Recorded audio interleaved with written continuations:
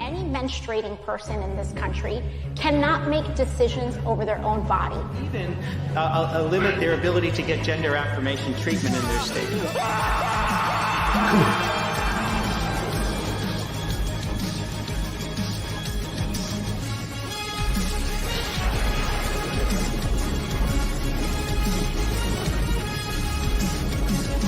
So when you think about it, there is great significance to the passage of time.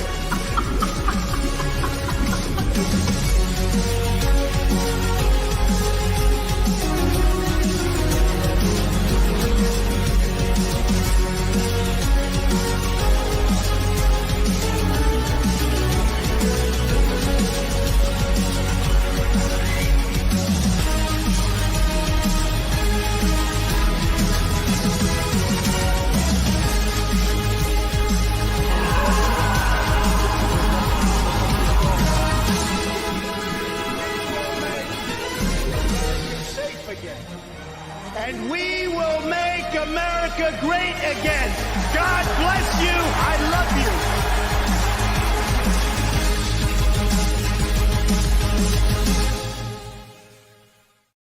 you. There's one thing you better know, and that is, I love all of y'all. Listen, can I explain something to you about being a daddy? Don't try to frighten us with your devotion. The daddy is the breadwinner. You dig what I'm saying? And if you don't win that bread, it just don't come around.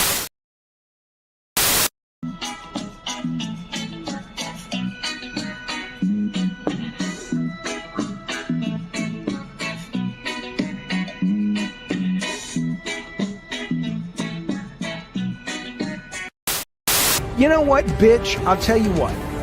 You want to come at me with your fucking half-baked, barely-baked opinion of the trans community? You don't know shit. You don't know shit. You need the mental health. Fuck you, motherfucker. You're a mental health problem. You're my mental health problem. How about that? Trust me, I'd be right there every goddamn week taking the T-shot if I get rid of my mental health problem, which is your fucking ignorance.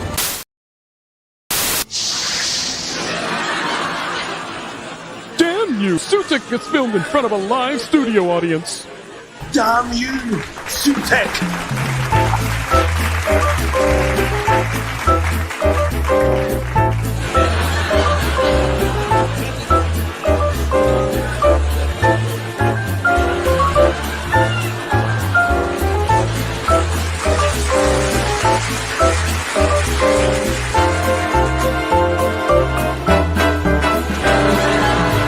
This show ain't no good. I want people in the industry to be a little bit louder about people being mean to other people, and maybe say it's not a good thing.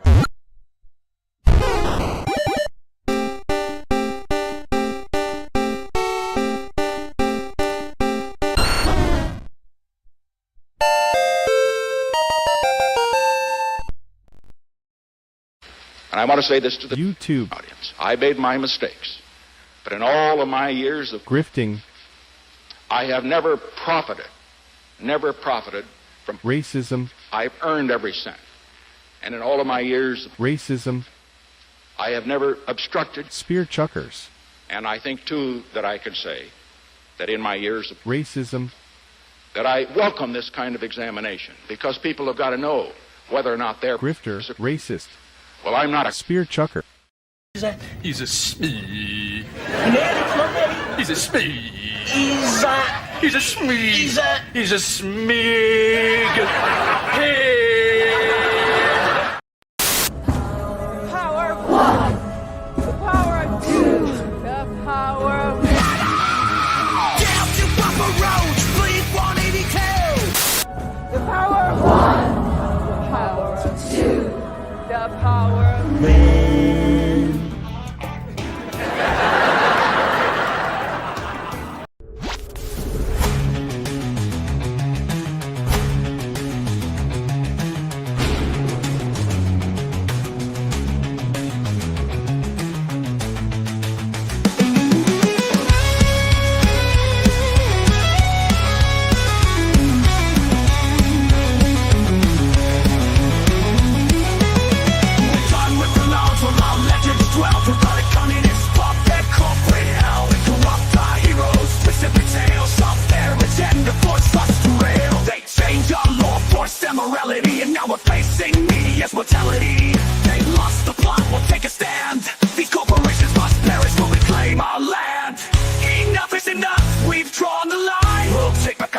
raise a spark divine. The will of the fans, a storm on the rise. We won't be silenced by the hollow lies. We claim the legacy, break the chains. These companies must die for our world to remain. They can't take our passion.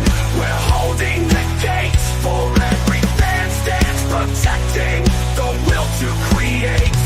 We are the true keepers, the defenders of lore, and we won't stop until we settle the score.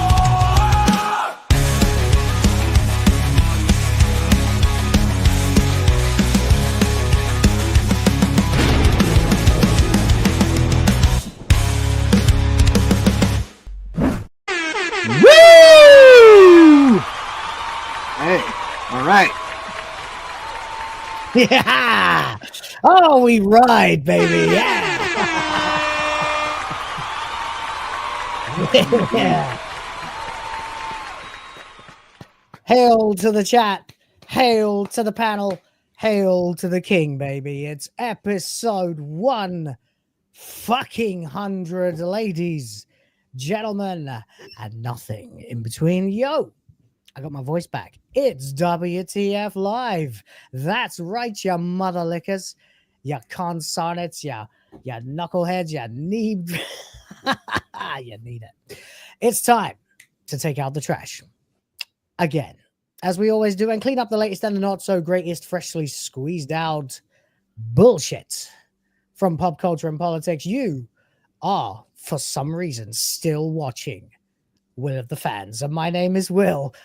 See what I did there? And today we got tons and tons to talk about, plus a little bit of fun just for ourselves, just a little bit, because we can, because it's been 100 episodes of this freaking show. I never thought I'd ever get to 100 videos made. I never thought I'd actually amount to a thing on this little channel of ours. And but that's my expectations being tempered. I always go into any situation assuming it will never come to anything.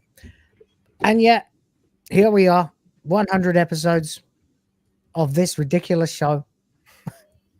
It's been a little over a year, and here we are, as Dramatica Law has pointed out. And it feels only right to pre-game this super chat, because it's our first ever pre-stream legend. I'm just going to borrow the term. I can't come up with anything better than that. Yeah. Dramatica Law says, fun fact, it's episode 100. And absolutely the most mighty of highest of fives to you for that. But I think I might have to find another plateau beyond that, because while I was talking, T-Jab Steve dropped 50. Fucking 50. 50? Fucking 50? Yeah. All of the fans memberships, and you guys might as well take a coffee break, because we'll be back in a minute.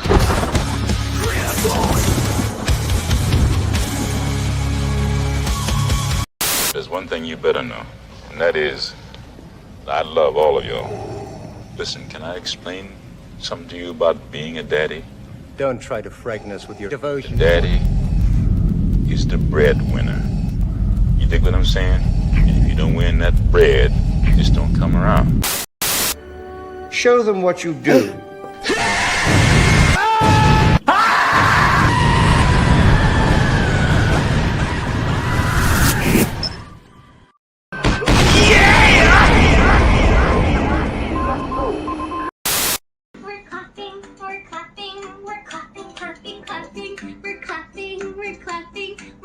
Now we stop. Let's try twisting.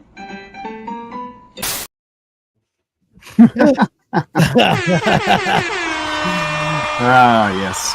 Absolute legend. I can't. Legend isn't even good enough. T-Jab Steve, long-time supporter of the channel, absolute fucking boss. Long-time mod, constant gifter of fans. We love you here, buddy. We really do. Says all the green for Princess of the Fans, number 100. I'm doing it again. Indeed. You have no idea. You have no idea that the difference that it actually makes. So thank you so much. All right. Time then to introduce the panelists because it feels like it's well overdue at this point. So the regular cohorts are all here, of course. Ryan, Roger, Athe, Problematic White Guy, and of course, Helzo, aka Disgusting. Let's start off with Ryan. How you doing, buddy? I'm doing very well, Will, and hello, everyone. I hope you're all doing well. It's great to see you all watching today. Welcome to episode 100 of WTF Live, which started out originally with Will, and what was supposed to be what hyperdrive time is today. Let's just say it was a bit lackluster. Then I came in to do what I can. Then we brought on a goblin, and then he died. And then we brought on John, and as far as scheduling allows, we bring on Hazel. So it's great to be here, folks, and fingers crossed you will all enjoy today's show. It's an action-packed show, and I had a great time on Saturday Night Hypnosis, directed by Smash JT, so that was great. I could speak during the show. And, yeah, I'm sure we'll have a fantastic time here. Interesting that I need to watch that because I only saw a little bit of it earlier on when I was watching because I couldn't make it because I literally didn't have a voice at the time, although that does seem to be over now. I'm mostly able to get my voice back with a little bit of salt water in about 5 minutes now, so it's pretty good. I'd be interested to see what the difference was under the Smash JT regime, but having said that, let's move on. Problematic White Guy, John, what's up, buddy? Oh, not too much. I'm running my system today is a Steam Deck, and because the laptop is such shit that I just the other day realized that it's only getting worse with each passing broadcast or stream that I'm a part of. So I just had to do dire measures, and I'm still getting some stuff sorted out. So if the audio is a little bit weird, I do apologize. I'm still there's this virtual channel that has to be in place, and if it's not muted, or if it's muted, then it just fucks the whole thing up. So I don't know, but I'm hopeful that this is better than it was right before we started, which is the reason we're late. But I also found out something this morning when I saw that we were because it was the 100th episode, I wanted to go and check. I actually started appearing on the thumbnails on episode 51, so I'm officially going beyond the halfway point from here on out. So yeah. Hey, John, just between you and me, fix your fucking audio. Yeah. I wish that was full screen when it did that. that. You think you're the first person that said that, but it's already been done 5 times. Can you do that again, right? Can you whisper into the microphone again? Of course. Fix your fucking audio. Truly insane. Yeah. Wait, what happened there? Okay, so it is his clone after all. So yeah, right. No, it's because Ryan's usually immediately to the right of me in the background. Okay, someone please go ahead and don't clip that. Whatever you do, don't clip that, and definitely don't replace the microphone with a huge cock. Okay, anyway, Helzo, Disgusting. How you doing, buddy? Give me a second. No, I have an excuse for that. Today was the time change in Europe, and unlike the almost 6 hours that I had to have before my morning stream, I had 4. But the unicorn in my head is telling me everything is okay, so I think I'm fine right now. Five coffees later. Very happy to be here on the 100th episode. I didn't know it was gonna be the 100th episode, by the way, this week. I thought it was 98, 99 probably, but 100. Woo, cool. Yeah, no, we had to miss Tuesday because I was at a resort. Yeah. I remember that you said that last week.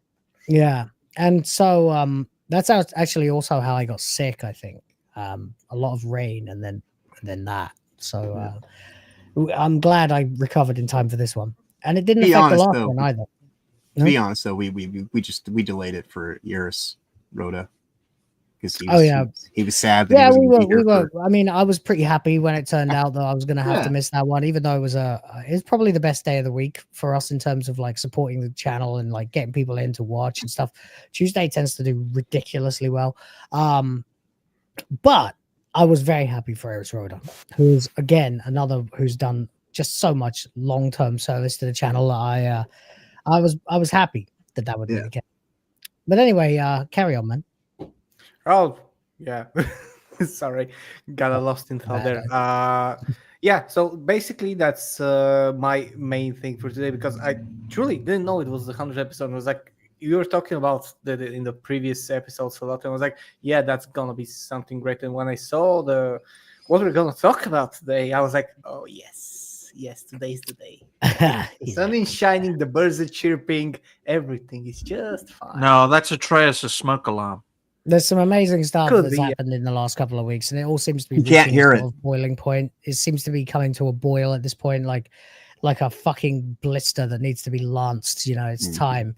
And we also have a bit of a game for the end, although originally we were thinking we might just play a video game for this, but nah, let's keep to the format. And also I wanted to do like a montage of clips from other episodes, but I was so sick I just couldn't. I slept about 12 hours until about 3 hours ago. So I'm probably going to be up all night. In fact, I might end up doing a stream later if I can't sleep. So we'll just fucking find out. But thanks for being here. I appreciate you. I did find a new tranny demon clip. Speaking of clips, because I've been watching Shin Chan again. Word, John. Well, I've been watching. Demons! Like demons! Demonic presence at unsafe levels. I've been watching Shin Chan again. So I've got What the fuck is that? It's an anime. It's like the greatest anime of all time. Shin Chan is amazing, but is it better than Urotsuki Doji Legend of the the American version is absolutely hilarious. Like it has, I don't know if it has anything to do with the original Japanese show that they took it from, but they're foul-mouthed kids. It's kind of like an anime version of South Park, but even more kind of out there. Is it better than the South Park version of anime though? You know, fighting love. I know. Why are you Johnny Somali? Why are you? It's a close battle. Why are you gay? But yeah, they have a couple episodes in there where they're making like a whole bunch of tranny jokes, and I'm like, oh, I need to clip this for something for someone, and I mean, we do. I'm gonna be totally honest with you. This is sounding really gay. Indeed. Urotsuki Doji, for anyone who hasn't seen it, by the way, is a 80s, maybe 90s hand-drawn anime movie and series of movies apparently that followed on. That's also called Legend of the Overfiend, which is literally just about how a demon can fuck a human and make the absolute abomination to end the entire world. If you've never seen a woman explode because of the size of the thing that's inside her, don't watch this movie. And that's what dating Africans leads to. Carry on, Will. But enough about grums. Let's move on anyway to the point. Yes, I saw what happened with that. It's a nothing burger. Fuck it. Who cares? Yeah. We got plenty to be getting on with, of course. We have plenty of topics. Of course, I want to just point out that nothing has changed. If you want to support the show and you want us to have to answer you, or you want to argue with us, you want to stitch us up with a fuck, marry, kill or something we don't want to actually talk about, but you want us to talk about it, then just tape it to a brick with a couple of bucks and throw it through the window. We have to answer you that way. I think the technical term for it is super chat, and we'll gladly address you. Of course, you can also, although I'm pretty sure no one here needs to anymore, you can also join the Grift Force by hitting that join button, although I'm pretty sure TJAP Steve just did it for you. Yeah. Unless you don't Surprisingly, have. I did not get hit in that whole fracas. Surprisingly. Why? How does that happen? You must have the option turned off. You need to hit No. I've had it before, and I haven't touched it since. But there's a few people that are still gray. There's a few people who are still I'm gray, blue. yeah. I'm blue. I have mod status, but yeah. Yeah, it's okay. I'm blue. I'm a daboo, mod, daboo, don't you da. know? Oh god, I'm only a mod because I'm on the panel. So I'm blue, cup of tea and a pie. All right. We'll move on. So we'll get on with the topics, starting with Doctor Who, because if last week is any indication, we'll probably end up on this for the whole first fucking hour doing impressions of Daleks. And let's get into it then. So Doctor Who, obviously, as the Sunday night legacy show, WTF Live is no more.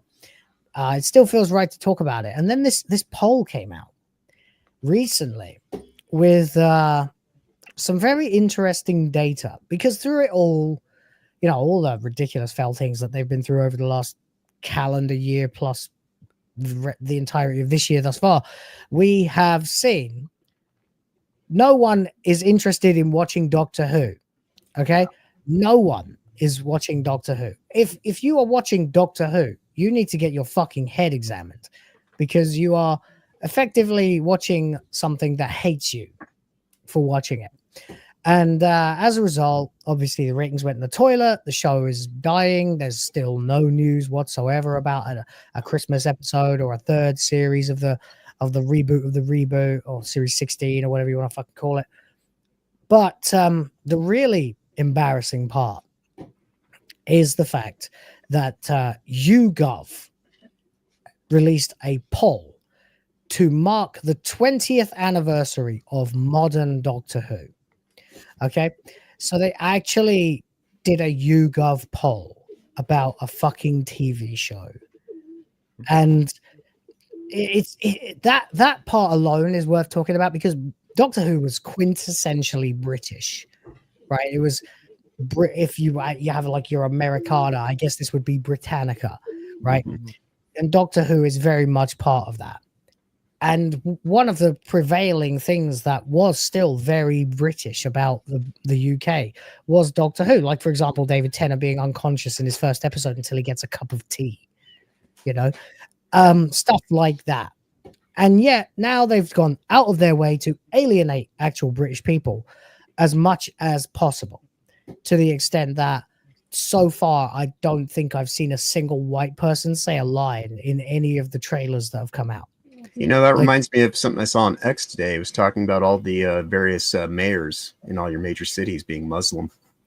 Oh, yeah. Yeah. So, you know, it's not just par for the mayors. course. Yeah. It's MPs. It's every politician, everyone who is like an elected official in the UK right now is someone who fundamentally hates the UK and wants to take it over. When Donald Trump talks about like how illegal immigration is an invasion, that invasion was sanctioned in the UK. Yep. And so there is almost nobody left representing the UK to the British. There are about as many pro-British MPs in Parliament as there are independent Muslim MPs who defected from the Labour Party because the Labour Party was not Muslim enough. Right. Exactly. That's a very good point. So anyway, this came out. And it says, this week marked 20 years since Doctor Who returned to our screens in 2005. As a statistics nerd, says Joel Lewis, as a statistics nerd, I was curious to see how the show is currently perceived with hard data, especially with such a milestone being reached. Conveniently, YouGov, and I still can't believe it's fucking YouGov, released a poll to mark the anniversary, offering some rather eye-opening insights into how the UK public feels about Doctor Who right now.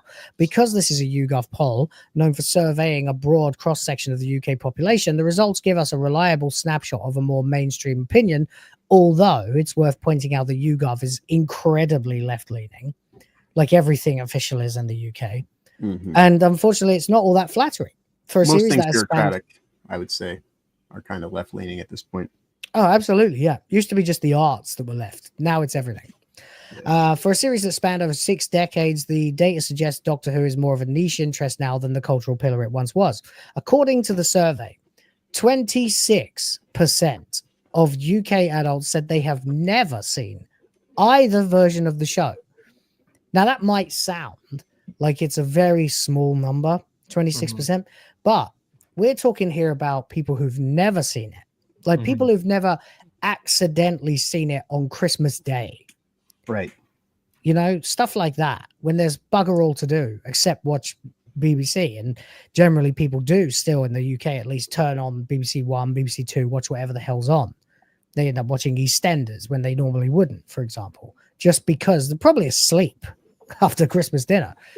So for 26, and that's over a fifth, that's over a quarter of the population of UK adults who have never seen either version of an absolute British institution like Doctor Who, not the classic run or the modern revival, never seen a single second of either. Now, that sounds bad enough, but when you get to 18 to 24-year-olds, that figure jumps to nearly 40%, 39%, suggesting the show is, in spite of RTD's assurances, struggling to connect with younger generations. So, you guys remember maybe, some months ago, shortly after the series wrapped and we got the ratings in, RTD was being grilled for what is effectively a complete fucking dumpster fire with Doctor Who series 114 or 40. And his lone assurance that everything was okay was the nebulous term that was at the time completely impossible to prove or disprove, that 18 to 30-year-olds are the core demographic that they are targeting and that they were watching more than ever. That doesn't maths. That doesn't math. Guys, anything to say? This is just depressing at this point. Why would people be interested, especially younger people, be interested in a show that is A, as old, if not older than them, B, has gone down the tubes for nearly a decade, and C, doesn't really have a life expectancy of more than 5 years? This is not surprising, folks. We are dealing with a dying franchise that is going to go the way of the Soviet Union. It's going to collapse. It's just a matter of when. Yeah, absolutely right. I mean, it's bittersweet. You know, I hate what's happened to Doctor Who in recent years, and so I'm all for, at this point in time, the immolation and just, you know, putting it on a bonfire and seeing it off and letting it go to Valhalla or Gallifrey. At its peak, John, Doctor Who had audiences in the low tens of millions in the UK in a population of around that period 60 million people. When you have 12, 13 million people watching out of 60 million or 65 million, that's insane. There was a period of time here in America, it was Matt Smith, generally speaking, Matt Smith era. And it was like as big or bigger than like most things that are even domestic to the United States. Like people like would, you know, openly talk about Doctor Who all the time, and it was just like everywhere. Well, not the modern equivalent, but the American equivalent, folks, would be like 60 million people in the US watching a show, when 10, 12 million in the UK are watching a show because of the population differences. And it just goes to show how high it was. I mean, you look at TNG at its peak, it was around 10, 11 million out of a population of like 300 million. So you could argue that Doctor Who at its peak was far higher than the golden age of Star Trek television in the 1990s. Both eventually fell. Yep, absolutely. I mean, everything's collapsing at the moment, and we'll get to that later. I can tell you something about here in Bulgaria, like right until Jodie Whittaker. Right until then, Doctor Who since 2005 was probably one of the best nerd topics to talk about here in Bulgaria ever since I was 15. Like it wasn't like a million people fan base amongst us young people at the time, but everyone I knew started watching the revival with forgot the name. Eccleston or Tennant or Hyper. And then Tennant and then Matt Smith, even Peter Capaldi. And I can actually feel like we were duped a lot because of Jodie Whittaker, because of that last episode with Peter Capaldi. And we were actually, a lot of people were actually very hopeful for Jodie, and when the first episode came out, everything simply stopped. Like I don't know if there's some statistics that can be driven from locally here, but I can tell you after the first episode, nobody was talking about it. Right. Yeah. This is basically what happened everywhere. The first episode of Jodie's run was literally the end for me. I was like, no, the show is fucking dead. At that point, I only watched YouTubers talking about it. And the only reason I got back into it was because when RTD came back and brought Tennant back, I thought this will be worth watching, if only to measure it against the previous run. Because I was one of those people who was not at all excited about the RTD return. I was convinced way before it actually happened that a guy who makes pretty much outside of Doctor Who exclusively gay fucking drama shows had probably by that point been totally brainwashed into woke ideology. And I was completely right. It was probably one of the worst times I've ever been right. Yeah. And everything played out exactly as I thought it would. It was way worse than I thought it would in some ways. I mean, the trans thing I didn't expect to see so completely fucking on the nose, especially with a 15-year-old character who's supposed to be trans and like has gone through all the fucking procedures to become trans at the age of 15, which is a crime in the UK, which makes Donna Noble a criminal. Does she have a ninja sword though? Jason the Thorny Rose. Jason Rose fucking Hello, ignored fellow kids. I'm 15 and I mean, at the end of the day, the funniest fucking thing about that was the episode was the one, The Legend of Ruby Sunday, the one right before the end of series 14, where he lands in the TARDIS in fucking unit and gets out and goes, show me the lovin' or whatever, and fucking Rose Noble, who is still too Kobe young, Bryant, yeah, still too young to have a fucking job, by the way, comes belting over and jumps into his arms and is clearly much taller than Ncuti Gatwa. It's like one of the seven dwarves picking up Magic Johnson. That's what it was like. Pretty much, yeah. It was cringe. It was ridiculous because he's like lifting this guy up and going, yay, yay, then puts him down, and he's wearing like fucking high heels as well. So he's like 8 inches taller than Ncuti Gatwa. Right. Where are those 8 inches for Ncuti Gatwa to get?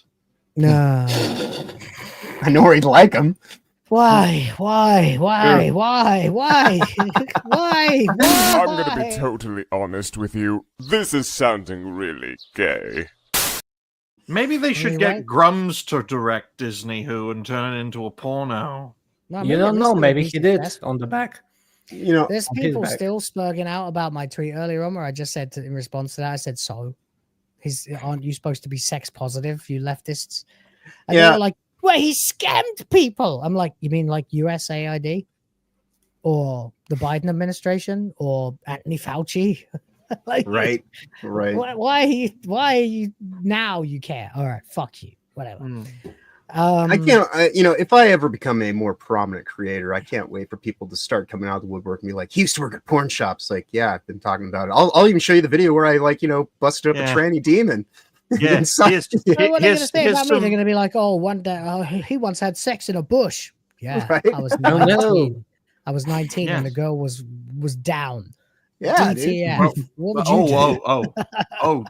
Not downs, just down for it. But since we're spilling secret, when I was 7 years old, I strangled an 8-year-old girl with my bare hands because she was a bully, and she was asthmatic, so she nearly died. Yeah, I shot a kid's head in the double doors. I shot a kid's head in the lunch hall double doors like 9 times because he kicked me for 20 minutes and wouldn't stop no matter what I said. Yeah, he blames me for having one of those learning disabilities now. Yeah, back in my angst-ridden youth, I got into a fight once where I bit a chunk of flesh out of someone's forehead. Yeah. Wow, how Rwandan of you! I used to have a really vicious temper. So I learned to control it. Yeah. And even among those who have watched Doctor Who, the level of enthusiasm is underwhelming. 20% said they prefer the classic series. Oh, really? While 15% favored the current version. Another 10% liked both about the same, but 20% said they don't like either. On top, why are they even like, they're statistically irrelevant then? On top of that, 9% said they did not know what they thought. Oh, I'm sorry, I'm too stupid to be polled. You should ask someone else. Maybe because getting polled, right? It can be annoying sometimes, and it's like, yes, I don't know, man. I don't know, really Ryan. don't. Why don't you tell me all about being polled? Getting polled, especially if they were Stop it, Will. Stop abusing me. I sure hope somebody picks up that phone. Do what? Because I f***ing called it! Oh, this is a great show today. Yeah. Wonderful. Okay, let's have some fun. So, looking at the age breakdown, older generations who likely grew up with or remember watching the original series are unsurprisingly more loyal to the classic era. Among over 65s, 34% prefer original Doctor Who, while only 4% support the current iteration. The 50 to 64 group shows a similar trend, 32% for classic, just 10% for current. This pretty much mirrors what I see in my chat every time I put out anything related to Doctor Who. Particularly when I drop videos and get like 600 comments, and most of them are from people saying classic Who is good, modern Who sucks, and modern, postmodern Who is the devil itself. So yeah, fair enough. Younger viewers, classic, by the way, like what before now? the 2005. Classic is the original run from I know that they Hartnell to McCoy. The new season 1. The simplest way I can categorize it is classic Who is the original 26 seasons, right? Modern Who is Eccleston through Capaldi, and postmodern Who is Jodie and Gatwa. Right. Okay. Because current iteration is like, to me, is postmodern, because the modern was, at least in my opinion, was still nice. It was good, like not the classic, but postmodern is shit. Yeah, I prefer postmortem because it's fucking dead. Postmortem Who is where we're at now. Yeah, I just call that classic Who, modern Who, Chibnall Who, and Disney Who. Yeah, that works too. I mean, they're all the latter two are shittier. I like to bracket things in a simplistic and small categorization as possible, basically. Younger viewers are more inclined to favor the revival era, well, obviously, particularly those who grew up with it, but even in the most supportive group, 18 to 24 year olds, only 26% they preferred the modern version. So people who are 18 to 24, but are they putting presumably it all together? Well, this is the thing. I mean, like, if you're 18 to 24 and you've actually watched and you've bothered to watch original Who, classic Who, then of them, only 26% said they preferred modern Who. Yeah. So are we to infer from that then that 74% of the people who are 18 to 24 year olds who have actually watched some of classic Who immediately realize that it's far superior? I think most of the younger people being polled are utilizing the perspective of the last nearly 10 years at this point, rather than the past 20 years, and that is reflected on this. So they're talking about postmodern Who. Yes, right? Because how does this article make the difference? I mean, to this article, it's very clear. There's classic Who and there's modern Who. There's 26 years of classic Who and 20 years of modern Who, of new Who, and they conflate it all together. So no wonder you get results like these, because they simplify it just to one and the other. Yeah, absolutely. So that number drops to 22% for 25 to 49 year olds, which is concerning considering the age group is arguably the core audience the current series should be engaging the most. In short, enthusiasm for modern Doctor Who isn't particularly strong. Should be engaging the most is a very telling kind of phrase, but they go out of their way to generally, and To focus on not the only youngest. to undermine them and to outright tell them get the fuck out of the room. Yeah, I'm know? in that. I'm in that fucking age group. We're Yeah, all but that's in that exactly age what group. Ryan said, because like that number drops for the modern, but they get the modern after Capaldi, because I for sure I can bet something like 25 to 49 years watched the fuck out of the Revival series before Jodie Whittaker. The fuck out, right until Matt Smith. So that percentage is absolutely faulty in my opinion, because they include they include the fucking Shooty Gatwa and all those shitty series. Well, the last 8 years has utterly polluted the 12 years before that in regards to modern Who. It's like, oh, this perfect well of water for 12 years straight. Now let's just put shit in it for the next 8 years. Of course, people aren't going to resonate with it over a 20-year lifespan. Exactly. So yeah, understatement of the century, of course, here is enthusiasm for modern notion isn't particularly strong. Even among those you'd expect to be most invested in it. Wow, Ryan, when did you get a hair lip? No, Even don't be among- like that. Worse even still, among- the younger the With cleft respondent, palate. the more likely they were to have never seen Doctor Who at all. Wow, we are assholes, and I don't even care. Worse Reality-based still, the Down younger the syndrome. respondent, the more likely they were to never seen Doctor Who. Nearly 40% of 18 to 24s and 31% of 25s to 49 said they'd never watched either version. 40% of 18 to 24s never watched it. I'd like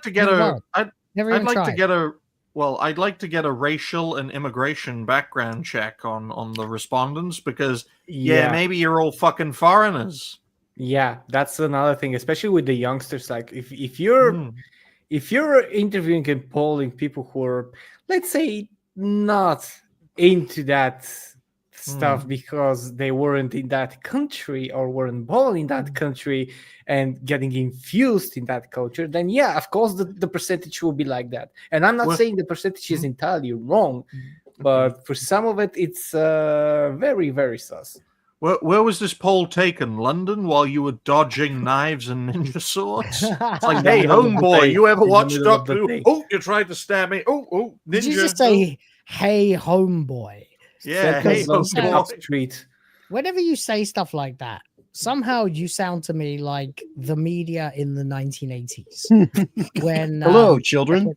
When rap just sort of first became popular, and you'd see like white people wearing their baggy clothes, standing up and going, "My name is X, and I'm here to say that blah blah blah," and Jesus is my, you know, right? And wow, horrible. Yeah, cringe, horrible. What's up there, homeboy? Or you know what you sound like? You wouldn't even get this reference, Ryan, because you're a fucking Luddite who's never watched Red Dwarf.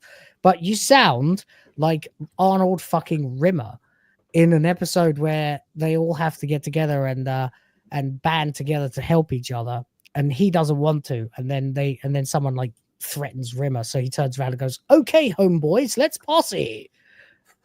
That's what you sound like. All right, compared to just 15% of those aged 50 to 64. So basically, yeah. In other words, regardless of the resonance that the show once had, it's going down. Whether it's because it's woke, whether it's because it's just fucking old as shit now. The modern revival simply is not making up for anything. And the overall demographics of like all demographics are going straight in the toilet. Mm-hmm.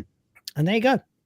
At the end of the day, speaking of toilets, if you didn't want people to shit on the show, you shouldn't have made a toilet.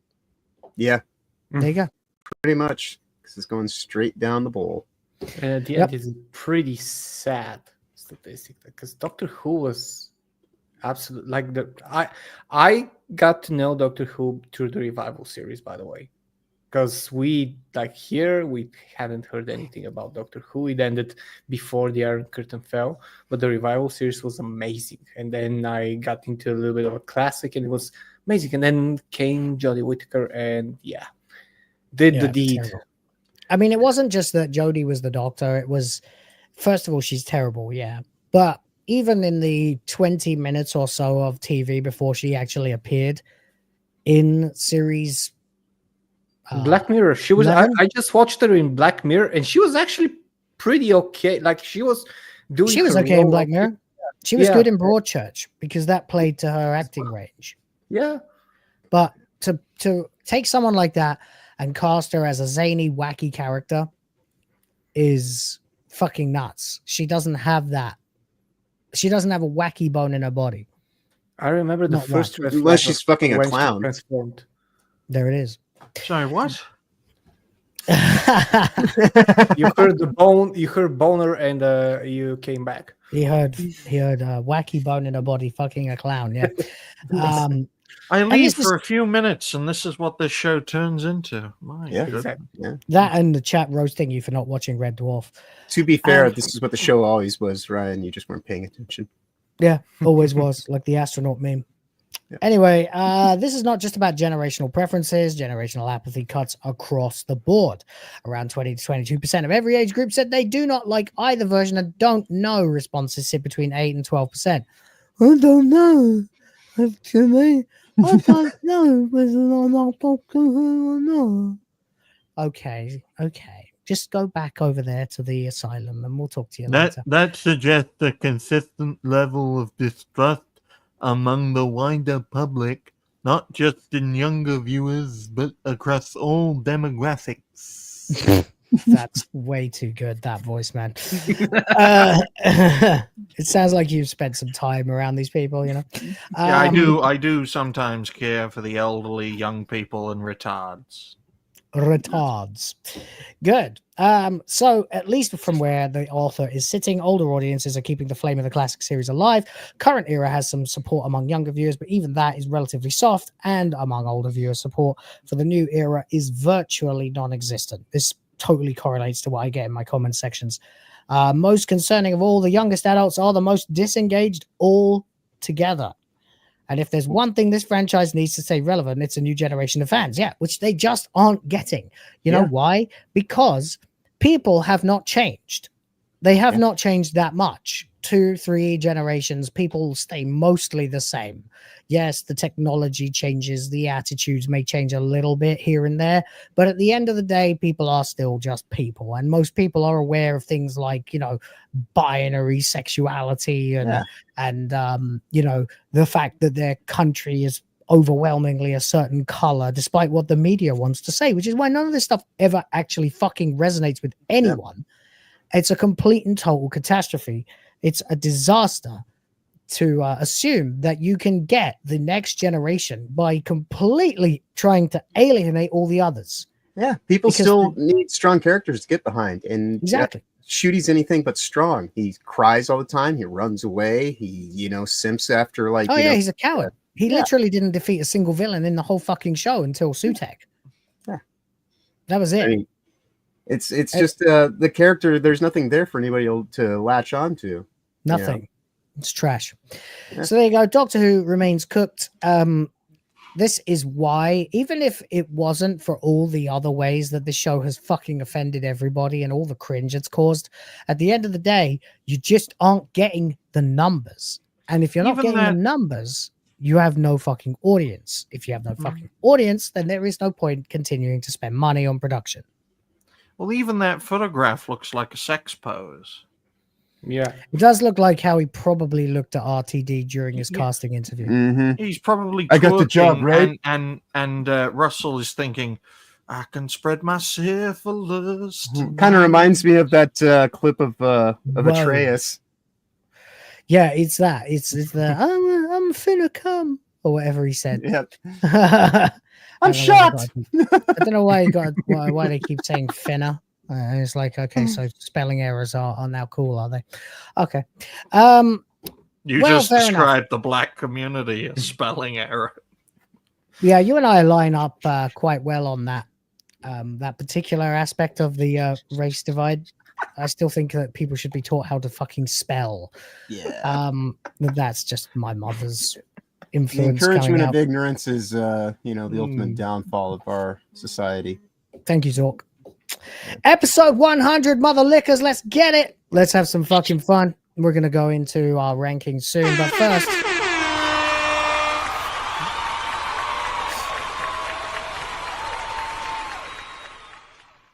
that we were talking about numbers because apparently Snow White is now that Forbes, again, always wrong. They don't actually know what they're trying to do here. They don't actually have anything interesting to say. But they do say that it's a 68% drop, which is hilarious because that would be terrible, right? 68%, guys, is a really bad amount for you to drop in your first weekend to second weekend gap, right? Yeah, especially you're only getting like maybe tens of people in a theater at best. I mean, 68%. The 68% from, drop is from something low. Yeah, from something pathetic, which actually makes it even worse then when you look at the real numbers and find out that it's actually a 77% drop. Yeah. Sweetness. Yeah. Massive success. Oh, glorious success. Yeah. And look what's beating it. A Working Man, which is I think a Jason Statham project. Yeah. Jason Statham movies are like much better Seagal movies. And of course, The Chosen, Last Supper, which is a religious backed project surrounding, the story of Jesus. Yeah. Before we proceed with this topic, I feel that we do need to address Dramatical Law's FMK. Oh, no. It's pretty awful because it still relates to Doctor Who. Doctor Who, fuck, marry, kill. Sontaran, Ood, or Slitheen? I mean, these could at least be females.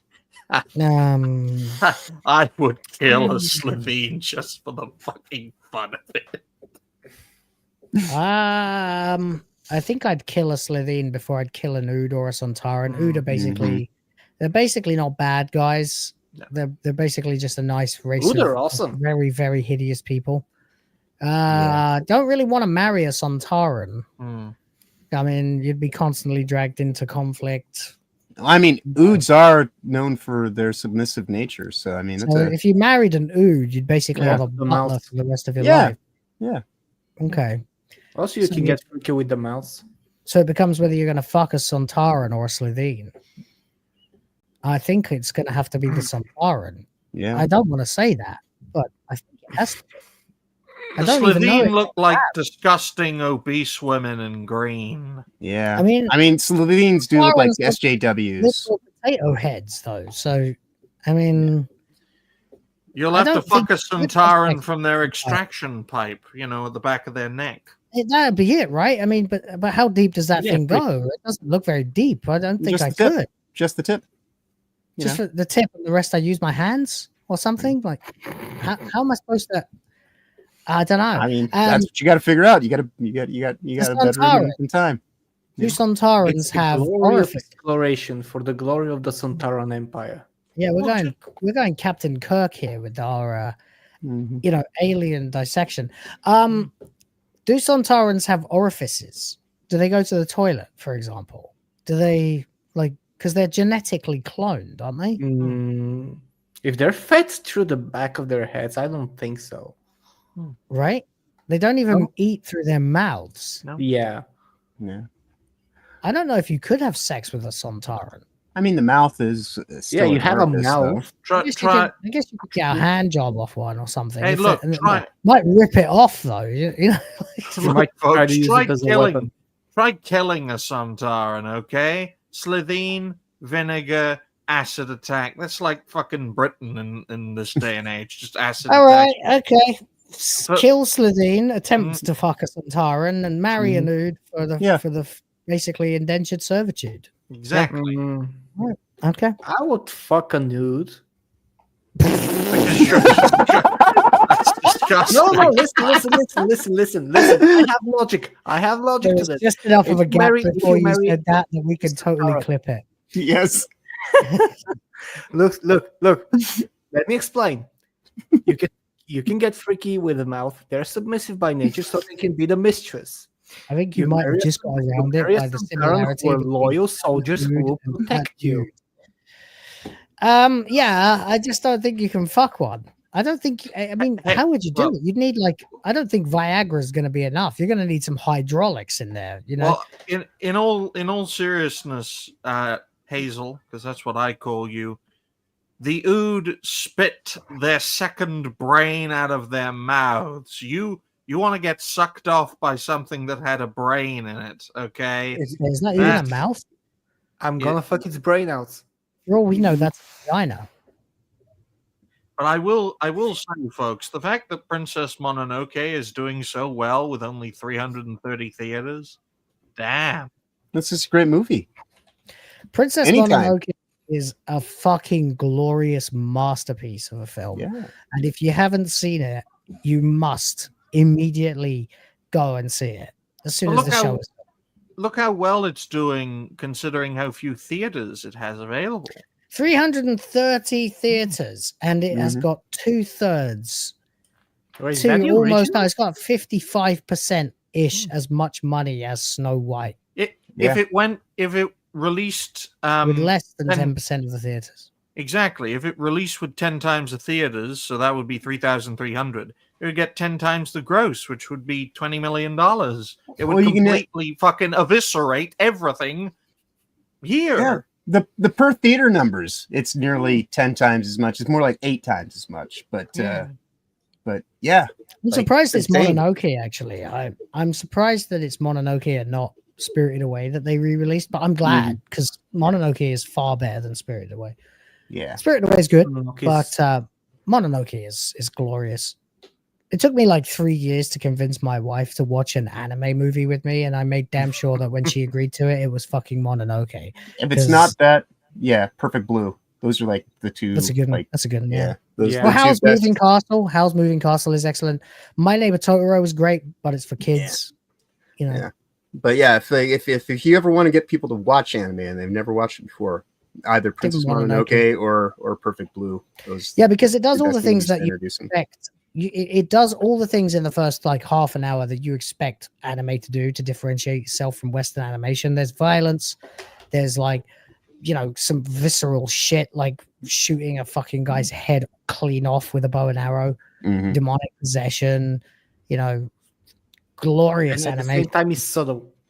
And it's subtle. Then you've got the whole rest of the story, which is extremely well delivered. It's a simple enough story. It's just nature versus industry, but it's fucking great. And all of the English voice acting is top notch as well. So if you don't want to watch subs, you don't have to. You've got people like Billy Crudup and Minnie Driver doing the voice acting, and it's very, very good voice acting. So yeah, spot on.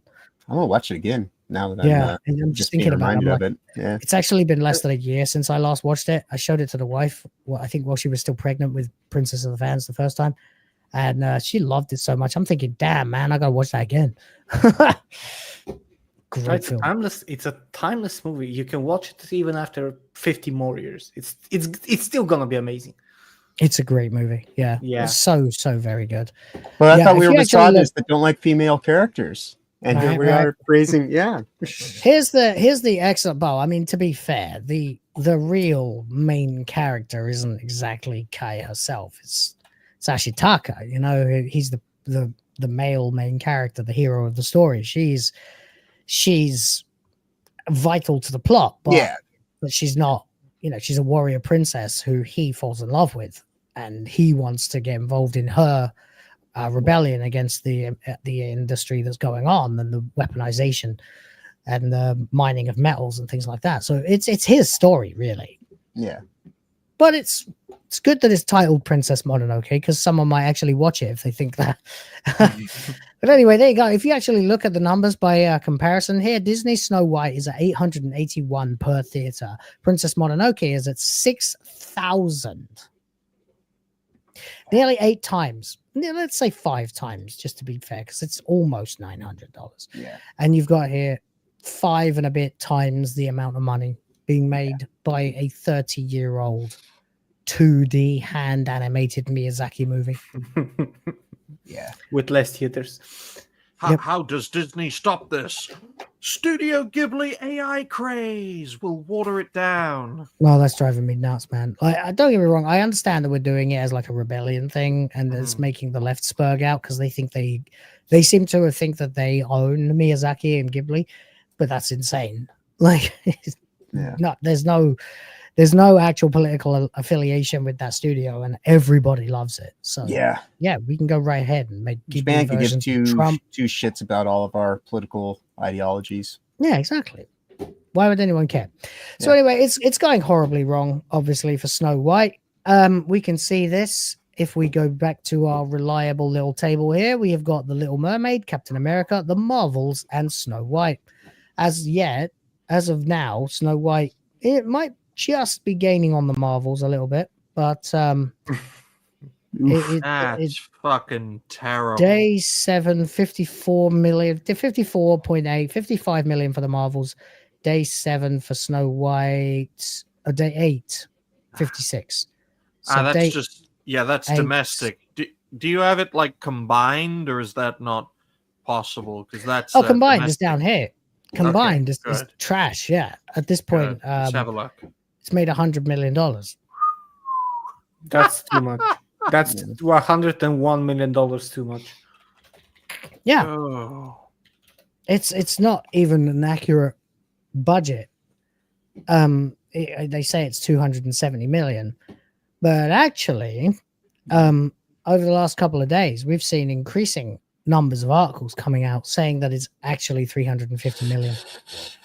Okay. Yeah, I've been hearing rumors of 350 to 400 million. It's an I've been saying 400 since day one, but yeah, it's been an utter disaster. And I thought the Marvels ended at 208 million. My prediction for it was it would not make $200 million, and everyone laughed at me. But yeah, you look at that, folks. $199.7 million for the Marvels, and you thought that was bad? Well, take a look at Disney's Snow White. God damn. Yeah, nothing's that bad. But the funny thing is, the production budget, right? Well, they're actually saying now in articles, and I can't remember where the article came from, so I can't get it on screen, but they are actually acknowledging now in the mainstream media that Snow White needs 800 million to break even. 800 million. Yeah. There was an Asmongold React video or something where he doesn't pay attention to this shit really very often. So his mind was ravaged by the knowledge that Snow White needs 800 million. Mm-hmm. But that's not remotely, like, even being slightly conservative, $270 million is not the budget. The budget is 350 million.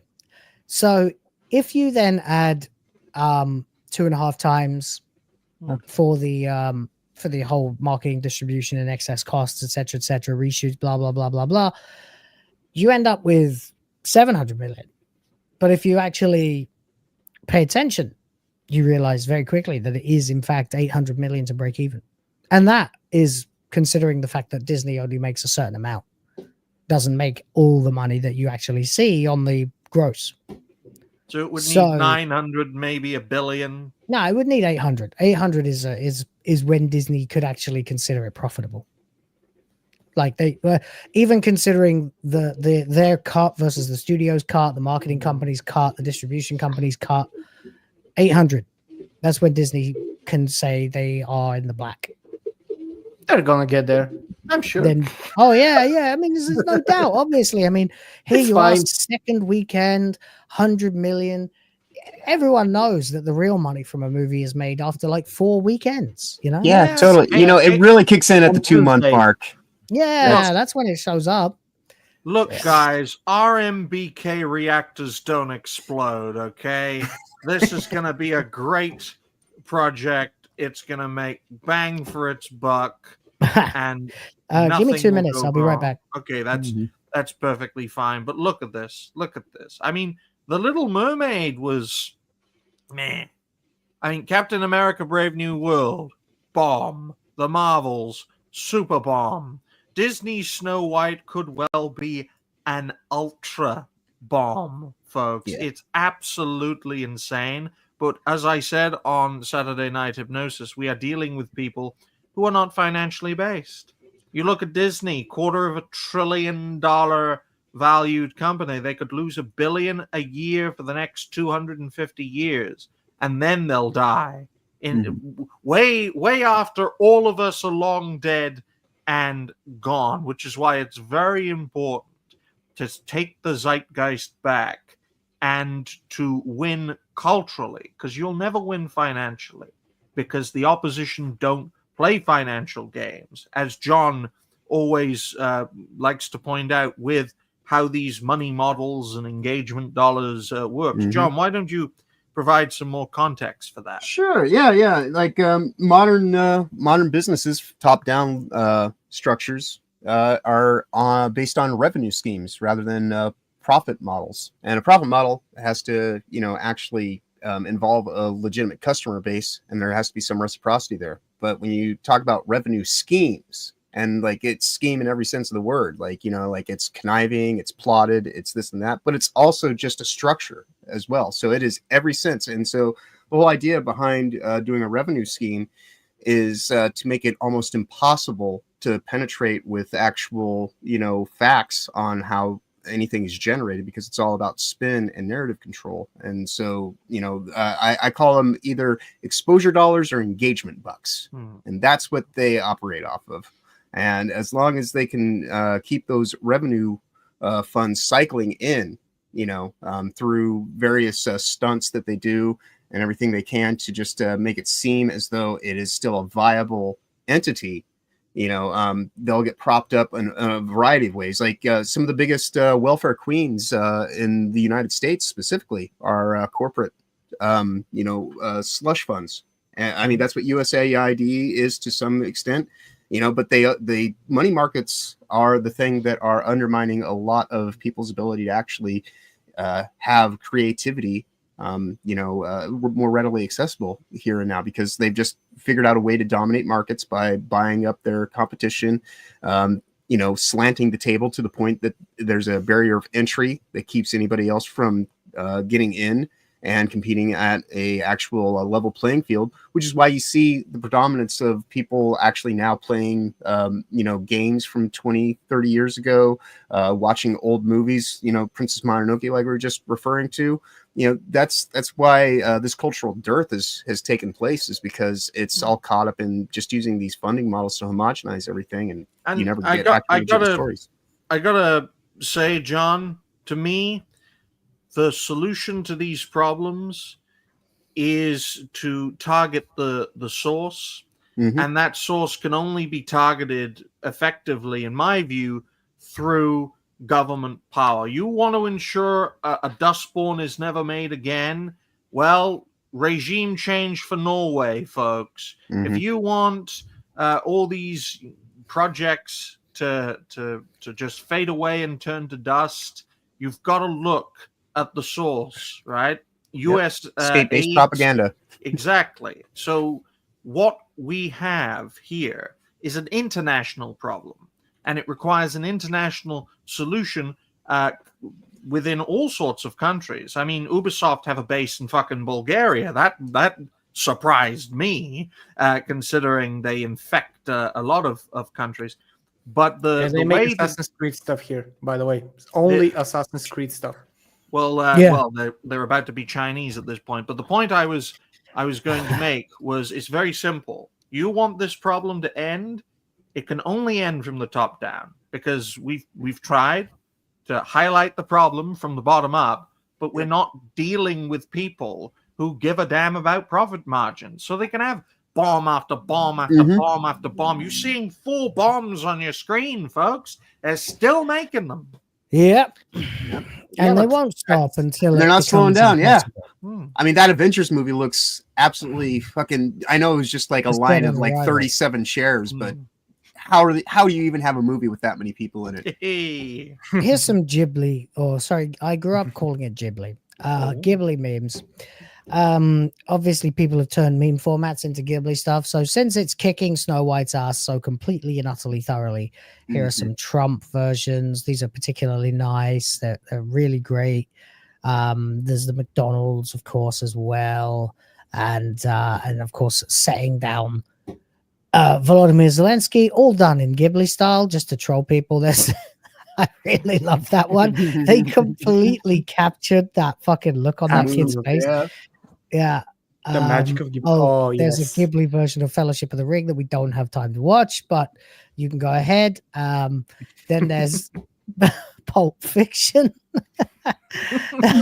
It's Ryan's favorite. And that's Disney for you. And you get Disney. Yeah. That's Ryan's favorite right there. Spirited Oy vey, as I recall. Spirited Oy vey, that's right. Pepe Sylvia. And there we go. We go. So I just bookmarked a few of them for funsies. Let's move on. We're going to talk about Assassin's Creed. But first of all, we got a couple of super chats that came in from Staff Sergeant Adam Juneman, who says, what you see is the proposed budget. Yes, the 270 million was the budget when the movie was budgeted. Yep. And public budget. That, of course, began 4 or 5 years ago when the film was. Don't forget, this film was supposed to come out in 2024.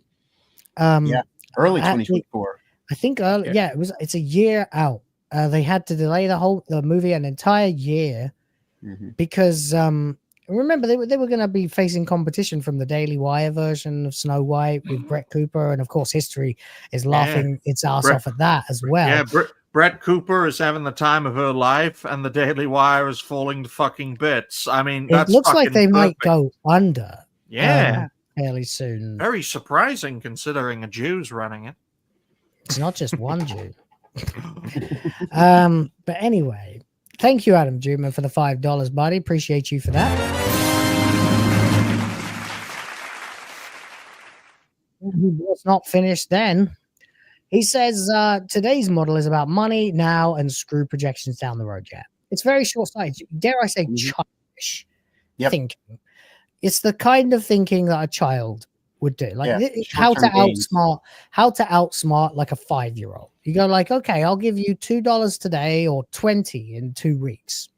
Right. The child would take the $2. Right. Immediately and buy some candy. That's a child. That's a child's brain. That's what that is. Oh, yes. And I'm not saying there's anything wrong with that. I'm not trying to shit on kids, for fuck's sake. No. Father. You can even tell them that you give them $2 every day for the next 2 weeks, as opposed to the $20. I'll give you $2 every day for 10 days, or I'll give you $20, or I'll give you $40 in a month. Well, that's how you teach young people. Learning from mistakes is the way to do it. And the right way to do that is to give them a safety net with which to make those mistakes. And an interesting exercise I used to do is very, very simple. You do the choice that Will said, £2 now or £20 in a week. They always choose the 2. And I'm like, here's a bar of chocolate. Guess how much it costs? £2. And they take it. So I have my £2 back. See that, and then you tell them this is how. This is a bit sinister, but okay. This is how you learn. Short-term gain is not good because it's transient. Long-term, it comes and it's gone. You get that bar of chocolate, you eat it, it's gone. Yeah, exactly. But it's sweet. But for a child, 20 pounds, yeah, man. I mean, I could make 20 quid last me a month when I was like 10. Oh, yeah, easily. Yeah, because at one point, I tell you what it was. I used to get like £2 a week pocket money. And then I had a friend who was getting 20 a month, which was vastly more. And I said to my parents, I was like, well, how about instead of £2 a week, I want 20 a month. And they were like, you'll blow it. You'll waste it. And I was like, no. It's much more money. It's more. 2 times 4 is only, 8. But if you give me 20, I can put half of that away and buy a game. So, but I don't know what age I was when that realization came over me, but fortunately it did, because that's when you start to realize that delaying gratification means that it will be all the sweeter when you finally get what you want. It's just crazy when you're older and you can see the development of younger people. It's crazy seeing what you went through, but from like that directly different perspective. It's mind blowing. Yeah, Ryan, of course, has 6 kids, so you should definitely listen. I look after people who are young, who are old, and some who are retarded. Okay. I'm not actually trying to mock you that badly. No, buddy. no, no. The same just a exercise, gentle roast. That's all. Well, the same exercises that work for the young'uns actually work for the retards as well. So they learn. Eris Road is the same age as me. That's true. Adam Juman, I appreciate you for the other 5. All right. Let's roast Assassin's Creed for a few minutes and then get to the main event. Because Disney has to be happy that Assassin's Creed happened this past week. Like that's the only people who are like, oh, thank God. You'd have to be happy that Snow White happened at the same time. Like right. I mean, only getting 50%. They're kind of like the Spider-Man meme. They're both pointing at each other, like like But they honestly, I got to say at this point that Snow White is the bigger loser. Yeah, I mean, when you think about like all the I guess history and everything like that, some fuckers are actually paying to play Assassin's Creed. Like they actually are. Yeah. Whereas I mean, like virtually no one is going to see Snow White. Right. And Although I'm I'm curious to see how much some people were paid to play that game. I'm very curious to see and add it to the whole budget of the game. I know. I did a thumbnail for this yesterday. I changed it to UB Lost and just showed their stock profile over the course of the last 5 years. And it's just like just a downward trend the whole way through. Ubisoft, more like UB fucked, as the Gilmores get their golden parachute. Gilmore? Gilmore, Gil fucked at this point as Happy the Gilmore. The Gilmores, that's what I'll call them. I need to do that. I got to put that on the list. Get a picture of Eve Gilmore, put him on Happy Gilmore's body, screaming, "Get in the hole, get in the hole." That's what it is. That's what it is. Well, it's a golden parachute in Ubisoft's devilish deal with Tencent as they fuck over a good chunk of Ubisoft's 18,500 employees. They're going to lose thousands.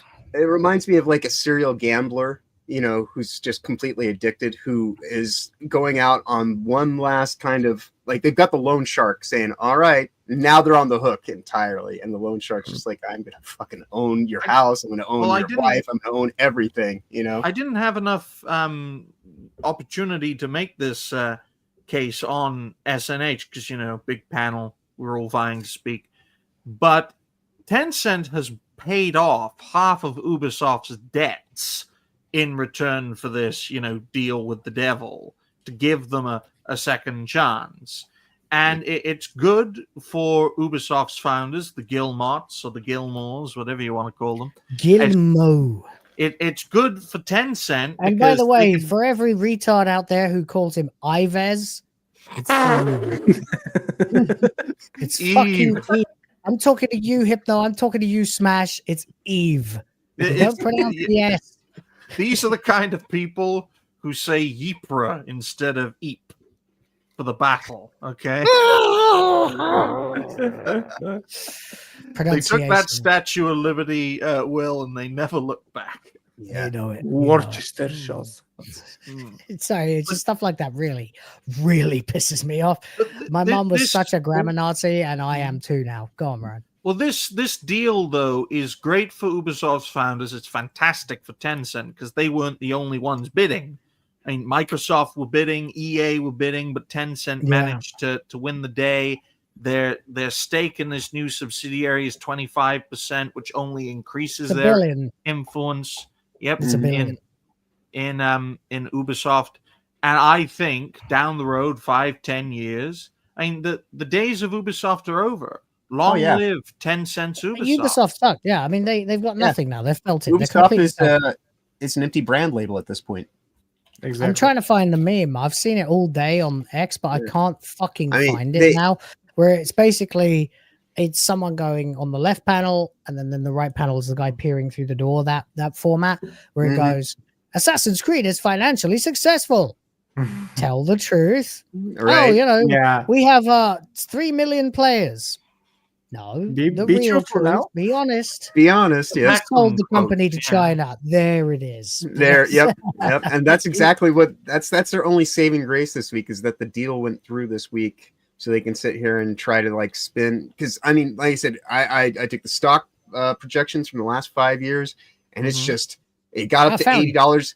Yeah, it got up to $80 a share back in 2020, and then it just tanks like year on year, and now it's down to like in early $12. I think it was early February of 2021, it peaked at 92 euros, which was about $100, and now it's at like 12 euros. It's fucking a big. Yeah. So I will point out in this instance, you know, your company is fucked when the franchises are worth more than the company itself. Yep. Yep. So this is the actual meme. AC Shadows is a financial success. Really? 6 billion players, not sales, and the biggest ratio in history against Elon Musk. Be honest. We sold the company to China. Thank you. Yep. Fantastic, man. That fact is that this company just transferred to its biggest franchises immediately, and that deal, if I remember correctly, went through a day after the earnings call. Yeah, it's so it was in works for a while. And and that's the thing is like I was talking about this yesterday, saying that this is as bad as Concord coming out in 10 days. You know, like this was they knew before it even came out. Yep. Like they were putting this deal in the works so that they could just pull the escape, like just shoot out the escape pod, and like as soon as like it actually released, they're like, all right, well we got to do it. It's a disaster. And it was years. It was this deal was years in the making. I mean, Vivendi tried their hostile takeover of Ubisoft and failed in an overt way. Tencent, their hostile takeover has been much more subtle and much more covert, and it has succeeded. Yeah, because they managed to drive everything down to the point that where they would be comfortable buying. They waited patiently for the Assassin's Creed to flop tremendously in every possible way, and see, like that earnings call probably was the one where they couldn't lie to anyone anymore, and they were just okay. We're signing this. It's that or do. Look, I mean, they were going to do it either way. Yeah, let's be fair. They were going to do it, no matter what. The burn through rate. They fucking knew. Unless this game sold 10 million copies in the first week, they were going to have to do it. And that's why it was done so quickly. Everyone was really like whiplash from how quick that was, but I wasn't, and I'm sure you guys weren't either, because we're covering it on this fucking show. It'll happen immediately after Assassin's Creed Shadows comes out, because Assassin's Creed Shadows has no chance of making anywhere near a robust sales number. Yeah, use those memberships and go back and check us on it. We literally said this is exactly how it's going to go down. What previous episode of this show? Yeah, we have said this a number of times. If you want to make Ubisoft great again, folks, of all the companies that put an interest, I think it will be under Tencent. The question is, at what cost? Because there is around 10,000 people. Yeah, there is no Ubisoft anymore. There's a brand label called Ubisoft. Owned by it's not even going to be the company anymore, because it's a subsidiary that's a merger between Ubi and Tencent that will have to have a different name. They won't just allow them to call it Ubisoft. I was thinking just call it Ubisoft Studios. Just call it Ubisoft Games. Because that's what I said as well. The priority. But the reason why I think Tencent's Ubisoft will be a success is because with Chinese related products, especially in entertainment recently, they are a success, but at what cost? Well, I mean, they used to be a game publisher, and now they're only going to be at best a development studio for the main primary licenses that they have an inside track on attaining. That's the only thing that they get out of this deal is like they don't have to pay a licensing fee. But they're only going to provide the tech currently. They're Well, only I was going just to provide the tech and the going to facilities. I was just going to make the point, right? Mm-hmm. Chinese infiltration, red Chinese infiltration, is a real thing. It is getting more prevalent, and it's a great test for those who just want great entertainment. Okay, you can have great entertainment, and under such a scenario, it'll almost be entirely red Chinese run, and it will be filled with their agenda. But you've got a great game, right? But Ryan, full of red Chinese propaganda. You could be right. Over. You could be right, but one thing about Tencent specifically is they take with one hand while they give with the other, right? And so they give out titles that people are like, wow, I wish Western developers would do this nowadays. And it's like, yeah, but the stakeholders, Tencent, the same people that are putting out those good games, are also undermining Western development games so that they could do exactly what is taking place. This is the unseating of the table. They're quite literally like setting people up to fail, saying do X, Y, and Z for these properties, but the stuff that they actually are wanting to promote, because they are smart. This is Sun Tzu's Art of War. Like they're making other competitors weak while they're making themselves strong by just eliminating the competition, by making them caught up in all this identity crisis kind of awareness bullshit, and like they're just destroying the road that one group has to go down while they're making sure that theirs is just paved and smooth sailing the whole way through. Yeah. No, I mean, look, and eventually everyone's gonna have to play their games because nobody else is doing good games, because they're giving you, essentially they are giving you good entertaining games, and people are gobbling them up. And yeah, they are good games, they're entertaining games. Yeah, we don't know at this point. It's Brave New World for Ubisoft now. Like, they knew they were felted. They knew they were going to have to sell to Tencent. They preferred to sell to Tencent. I mean, let's not ever pretend that Commie China hasn't had a substantial fucking influence on the WEF and the subsidiary investment banks and asset management firms that fund these companies, that make everybody go gay and trans and LGBT and racial politics and woke, blah, blah, blah, while China fucking affirms its own domination by ensuring that TikTok, for example, while it plays retard videos for retards over in the West, it only plays educational videos for children in China. It's not even called TikTok. It's called Douyin, or whatever the fuck they called it. Well, of course, it's Bezmenov stuff, though. We watched the Bezmenov interview. It's Bezmenov. It's subversion. It's demoralization, destabilization, panic, humiliation. Yeah. The Cold War never ended. They just transferred it from the Soviet Union to the People's Republic of China. It's as simple as that, folks. Yeah. Galvanizing weakness. Yeah. Okay. Excuse me. So hold on. Right, so Ubisoft are fucked. We ran funerals for them last year. We did all that stuff. It's particularly woven into the lore of this show, roasting Ubisoft, roasting Disney, and all that stuff. So it's been nice to kind of revisit the greatest hits. But I have something else for us now. I have a tier list, a ranking. It is episode 100. And so I want to just cover a few of the franchises that we have talked about over the history of this show. And I went and looked back at some of the episodes. Like I said, I wanted to make a montage video. I didn't have time. I was sick, had to sleep. And so instead what I did was I looked at the topics we were talking about, the various things we've covered, a couple of things we didn't get to cover, but were adjacent to them. And if I've left anything out, chat, let me know. But first of all, Anime Mania 500 has gifted one Will of the Fans membership. More green for Princess of the Fans. Yeah!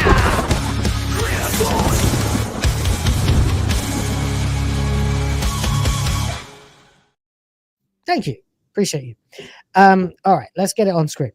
Because this is something I wanted to do. Just because it's episode 100, we're going to look at all the dead franchises, all the dying and doomed and terrible franchises, and we're going to rank them.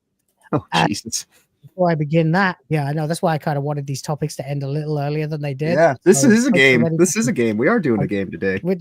Yeah, that was my consolation prize for the fact that we couldn't figure out whether or not we'd be able to play the game or not. But before we do anything else, Eris Rhoda has gifted 10 fucking Will of the Fans memberships. More green for Princess and Princess to be of Will of the Fans. Blah, blah, blah.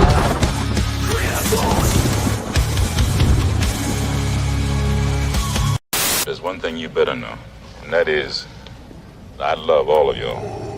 Listen, can I explain something to you about being a daddy? Don't try to frighten us with your devotion. Daddy is the breadwinner. You dig what I'm saying? And if you don't win that bread, just don't come around. Get some subs! Yeah, okay. Thank you very much. I always wanted to do that.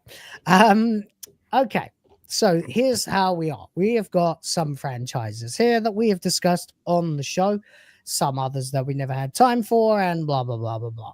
I don't think we have necessarily covered all of these, but they've all been relevant during the duration of my channel's existence. Yeah. We have some categories. We have fine, we have meh, we have terrible, we have ruined, we have doomed, we have dead. Okay, now ruined and doomed are a little different because ruined is like, yeah, it's really bad, but it might be able to come back. Doomed is like, it's pretty much only a matter of time now. Yeah. And then It's in dead hospice. is like, dead is this thing's never coming back. It cannot possibly continue to be relevant. Maybe it will continue to be pumped out, but no one cares. No one will watch. We're talking what I think of like Doctor Who when I think of the dead tier. Yeah. But I'm keen to have a discussion and let's rank some fucking franchises. So we've got Ghostbusters, Super Mario, Indiana Jones, James Bond, Disney, Doom, Dragon Ball, Metal Gear, Sonic, Resident Evil, Grand Theft Auto, Ghost of blah blah, Final Fantasy, Marvel, Halo, Mass Effect, DC, Dragon Quest, Rings of Power, Warhammer, Last of Us, Venom, Star Wars, Star Trek, Scooby-Doo, because Velma, Willow, God of War, Fallout, Mortal Kombat, Doctor Who, Dragon Age, and Assassin's Creed. Okay. Where do you want to start? Let's start at the beginning. Ghostbusters? All right. Let's hear it. I'll start off first, and I'll say, for me personally, meh. Personally, I'm gonna go ruined.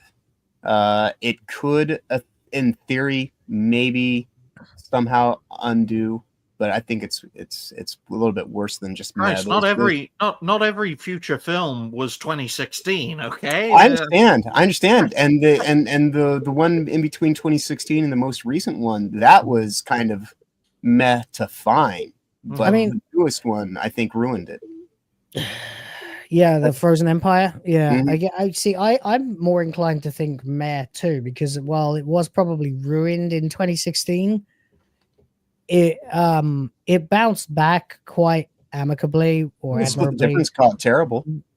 What about Yeah, what about Hazel? What do you think? That's what I was going to ask. Wondering, but for me, it's currently a meh as well. Because all right, well, I guess Matt gets it. It's just like, that's what I get. Like, it's not really in trouble as a franchise anymore, but it's also not profitable. I don't think it's like I don't even think that there's gonna be a lot more from it, and I think it's just doubtful, which might be why. Course. Yeah, which Unless might be why someone tries to it's up at meh. If they were to push it further, like I said, I think that this new movie ruined it as a concept going forward entirely. But I also know that we live in the world where it's like in 5 to 10 years they'll probably try again. But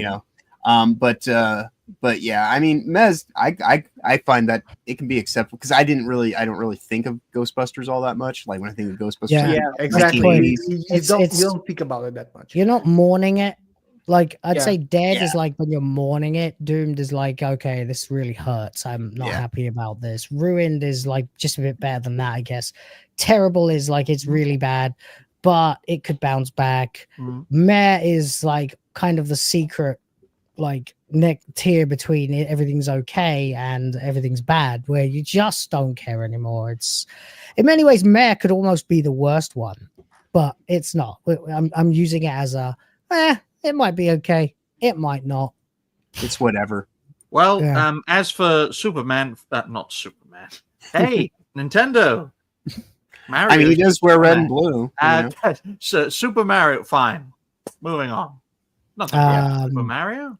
I don't think anything can influence Super Mario a lot unless they do something very drastic. Yeah. Adam Juman has gifted. Sorry. First of all, Raging D had gifted a membership, and thank you very much for that.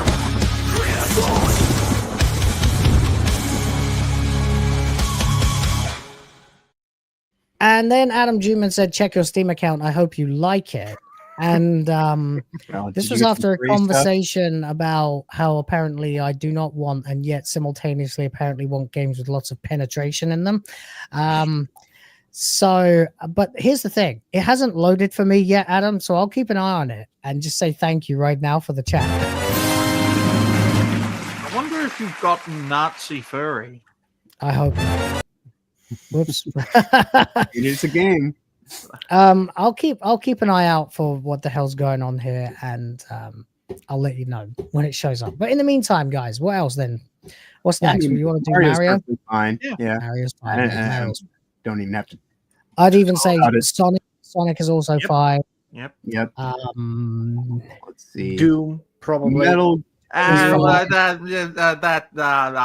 will have something to say about Doom. It looks all fine and dandy, but I'm gonna make a meh argument. Okay, let's talk Doom then. Yeah.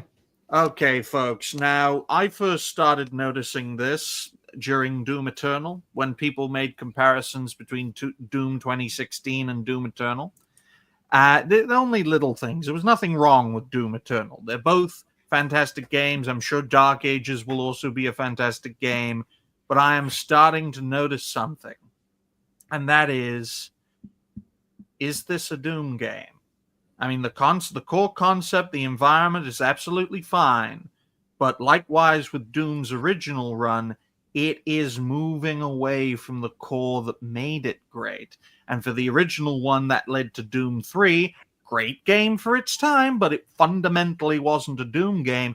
And my worry in the future, like end of the decade, towards the beginning of the next, we're going to see something like that play out and Doom ultimately be shelved for another generation. I agree with you. In as much as they seem to have got really into this lore that they've concocted for themselves, where the Doom Marine guy is like this force of nature summoned to repel the forces of hell, and now he's got like I think something just showed up. I'll get to that in a second. What the fuck is? They're making it more complex than it needs to be. It doesn't need to be more than it ever was, right? It's you look at the convolution manual it's of the original game, and it says you're a Marine. You assaulted a superior officer for ordering you to fire on unarmed civilians, and you got locked in the brig, and you were kept there while the armies of hell invaded, and then you got shipped to like Phobos or wherever it was, and you had to go in the brig there, and when you get out, everyone's dead and or zombies, and you have to shoot the demons and fucking kill them. I loved 2016, for example, because of the way that the Marine never said anything. You never see outside of the visor. The only indication you ever get in that game of how he feels about anything is when his arms come into view and interact with objects around you, like when he tears someone's dead arm off and uses it to provide the palm print recognition, or when the monitor comes up and starts trying to drop the plot on you, and he just flings it away.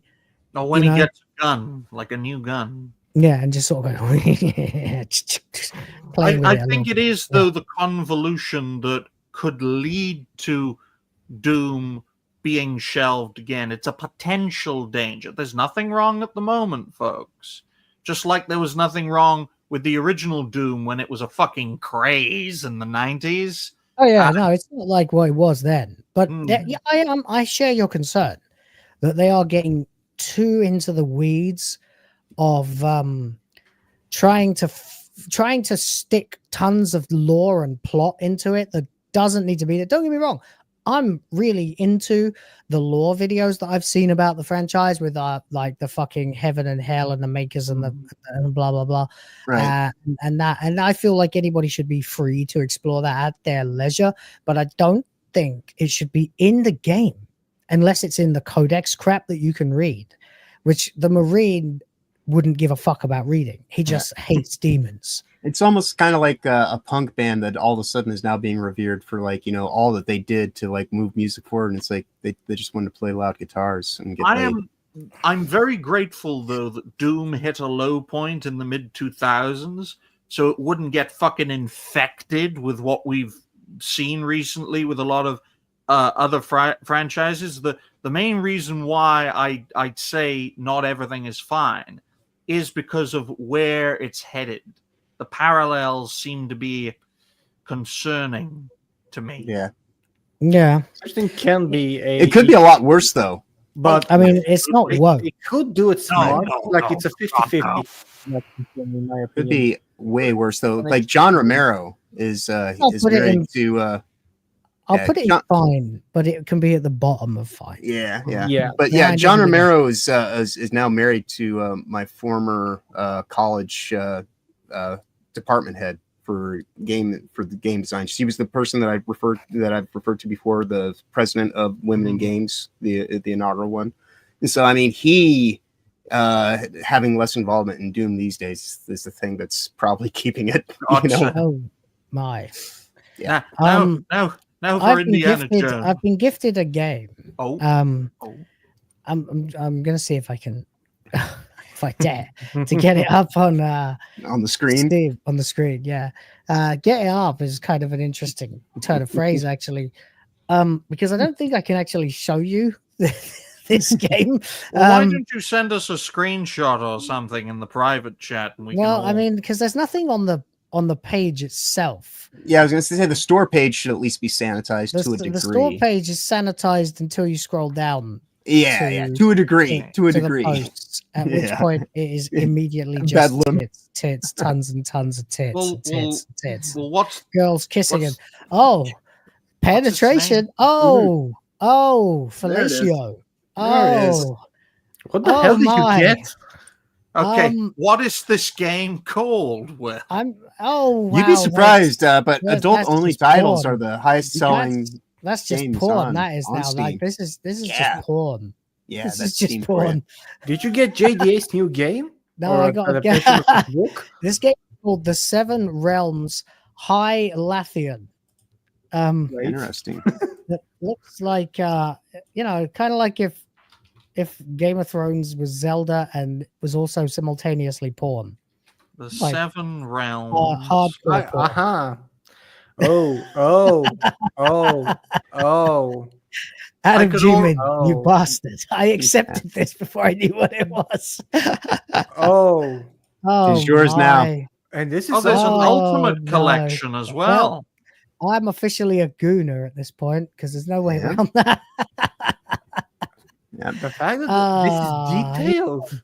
You put up a wish list for 20 minutes. He's pulling her mouth wide open and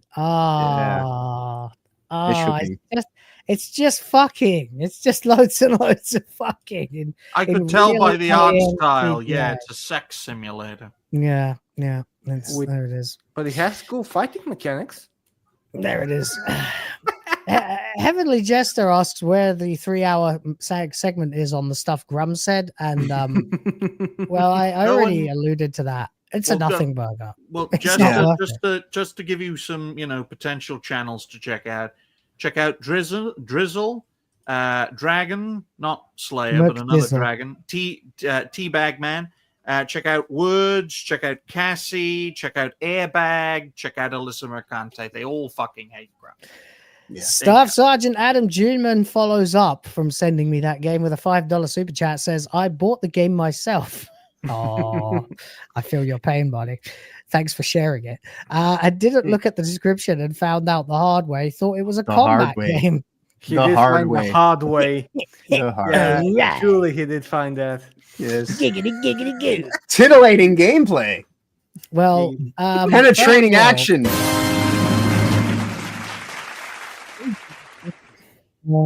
hang on. Let me see what the description is. Is there a description here? Oh no, I don't want to watch the trailer, please. Especially since it starts with a horse. Oh no. Oh wow. Oh, the screenshots. Oh, the screenshots are just hardcore porn. The Seven Realms is a story-driven adult visual novel. You are a Spartan warrior turned vampire prince. What the fuck? On a quest to save your queen. Enter High Lathion with an accent over the O. The elven homeland, long ravaged by civil war and currently held together by fragile peace. Can you save them from destruction? And literally, if you look at any of this, oh my god, all of it. Page, go to the store page and scroll down to about this game, and it is just penetration central. choking and elven beauties shape the world. Fuck. Why do I own it? You put your wish list up for 20 minutes. I'm gonna have to play this, aren't I? Well, speaking of on OnlyFans, your morning routine should be dipping your head in holy water. Thank you for that. Let's get on with the list. Speaking of penetrating to ruination, I dare say Indiana Jones is at least ruined. At least, if not utterly dead at this point. I'd say terrible. It's really no. I'd say doomed. They can't really. Doomed. I'm thinking doomed is more where it's at because they did put out the game. I just don't think anything can save it. Really. But yeah, it's nostalgia fodder at this point in time. Yeah. That's only I put James Bond in the Doom section as well, especially with Amazon having control. That was my exact thought. Like they ruined it effectively with those last few movies. Basically, I would even go for that, but well, it's still going to make stuff. It's still it's got. They could somehow pull it off. They could somehow pull off a win. Yeah. Amazon is one of those companies that, yes, a lot of the time they completely fuck the IP that they get, but 1 out of 5 they actually do really well with. So yeah. Okay. I mean, they did decent enough with the Reacher as a series. It was just the actor who went and cucked it all up. When they don't have, likewise with Disney, when Amazon do not have creative control, their products are good. Just look at the Grand Tour. I'd put Disney in Doomed as well, because even if they are dead, they'd be like undead. Yeah. They're never gonna be dead because of the propping up and the revenue scheming. Yeah, they're probably never gonna actually die. They'll just be doomed forever. Exactly. But they'll be making movies for empty theaters. So okay. So Dragon Ball Z, I'd say it's fine. I don't know. If not, actually, no. I'd put it in meh. If it's Z, and I'm a big Dragon. No, it's not Z. It's Dragon Ball as a whole. Yeah, all right. Dragon Ball Z is immortalized. Meh seems more fitting because like it's really good for the people who love it, but everybody else is just like, okay, yeah, it's. I know the name. I tapped out halfway through Super, and I have no interest in Daima. Yeah. And everything I've seen, I'm just like. I enjoyed it when I was a teenager into my 20s, but I'm 40 now, and it's like, okay, yeah, it's cool. Yeah, and like the thing is, if I watch Dragon Ball Z or Dragon Ball now, I'm like, yeah, man, this is so fucking excellent. It still totally stands up. If I watch Super, or if I were to watch Daima, I'm sure I'd feel the same way. I'm just like, what is this crap, man? You jumped the shark. You're too powerful now. This universe is fucking shut up.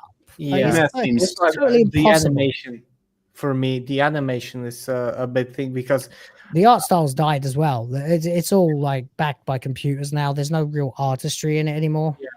Yeah. Like I miss the good 2D. I even miss GT's animation, by the way. GT was better, honestly. The animation was amazing. Not the story, but the animation was really the animation was absolutely amazing. I miss that. As for Metal Gear, I know Konami is resurrecting itself, but given how it is I right now, Metal Gear is ruined. The first syllable, I think, I will say Metal Gear, and in the sense that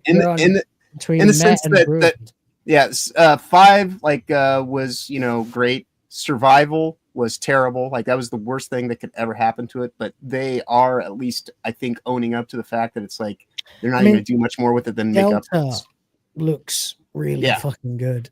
And and that's why I'm saying meh, because I kind of think about it because I love Kojima's work. What was the last project? But they're working on it now. They're working on it right now. Delta. They're remaking the Metal Gear last Solid one. 3. The The last last one one to doesn't release. count. It wasn't even. They weren't even trying to make a Metal Gear game then. Right. But It was Survive, I think. Yeah. It was trash. I don't even count. That was trash, but they are rebounding. Like that was terrible, but they've now kind of just, I think, accepted their fate, and they're like, "Well, we'll give updates. We'll do the thing." And if they, as long as they do that with respect, then they can be meddling. Meh being the effective part of meddling, and they'll exist. But outside of the people that are fans of it and want to get the nostalgia, I don't think it's really gonna. It's not. I'm saying meh as well, because I do actually think that they have they might just have the juice. Yeah. To make Delta what it should be. I think Delta will be fine.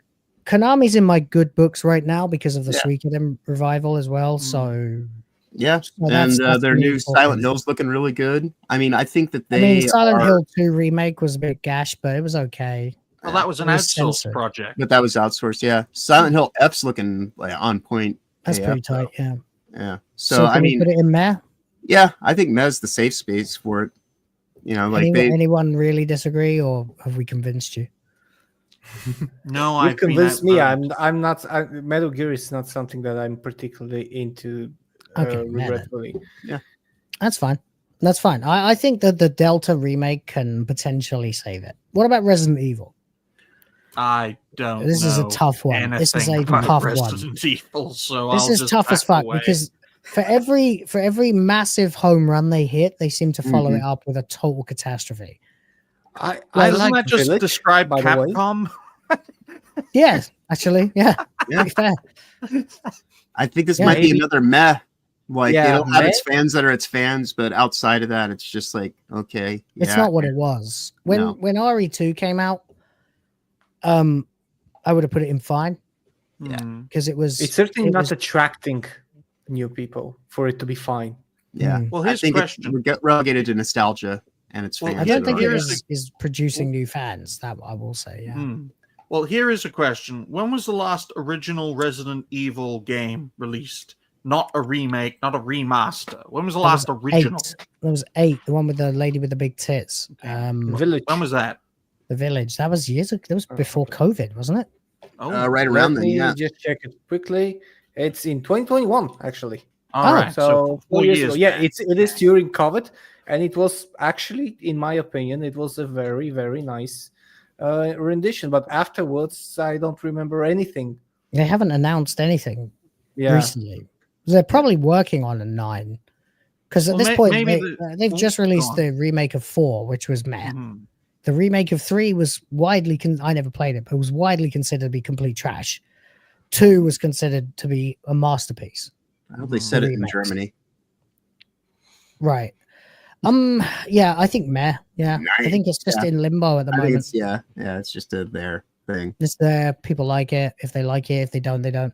GTA is different. GTA is very ruined. GTA, I'm going to say, it hasn't come out yet. I mean, right? I know it's incubating.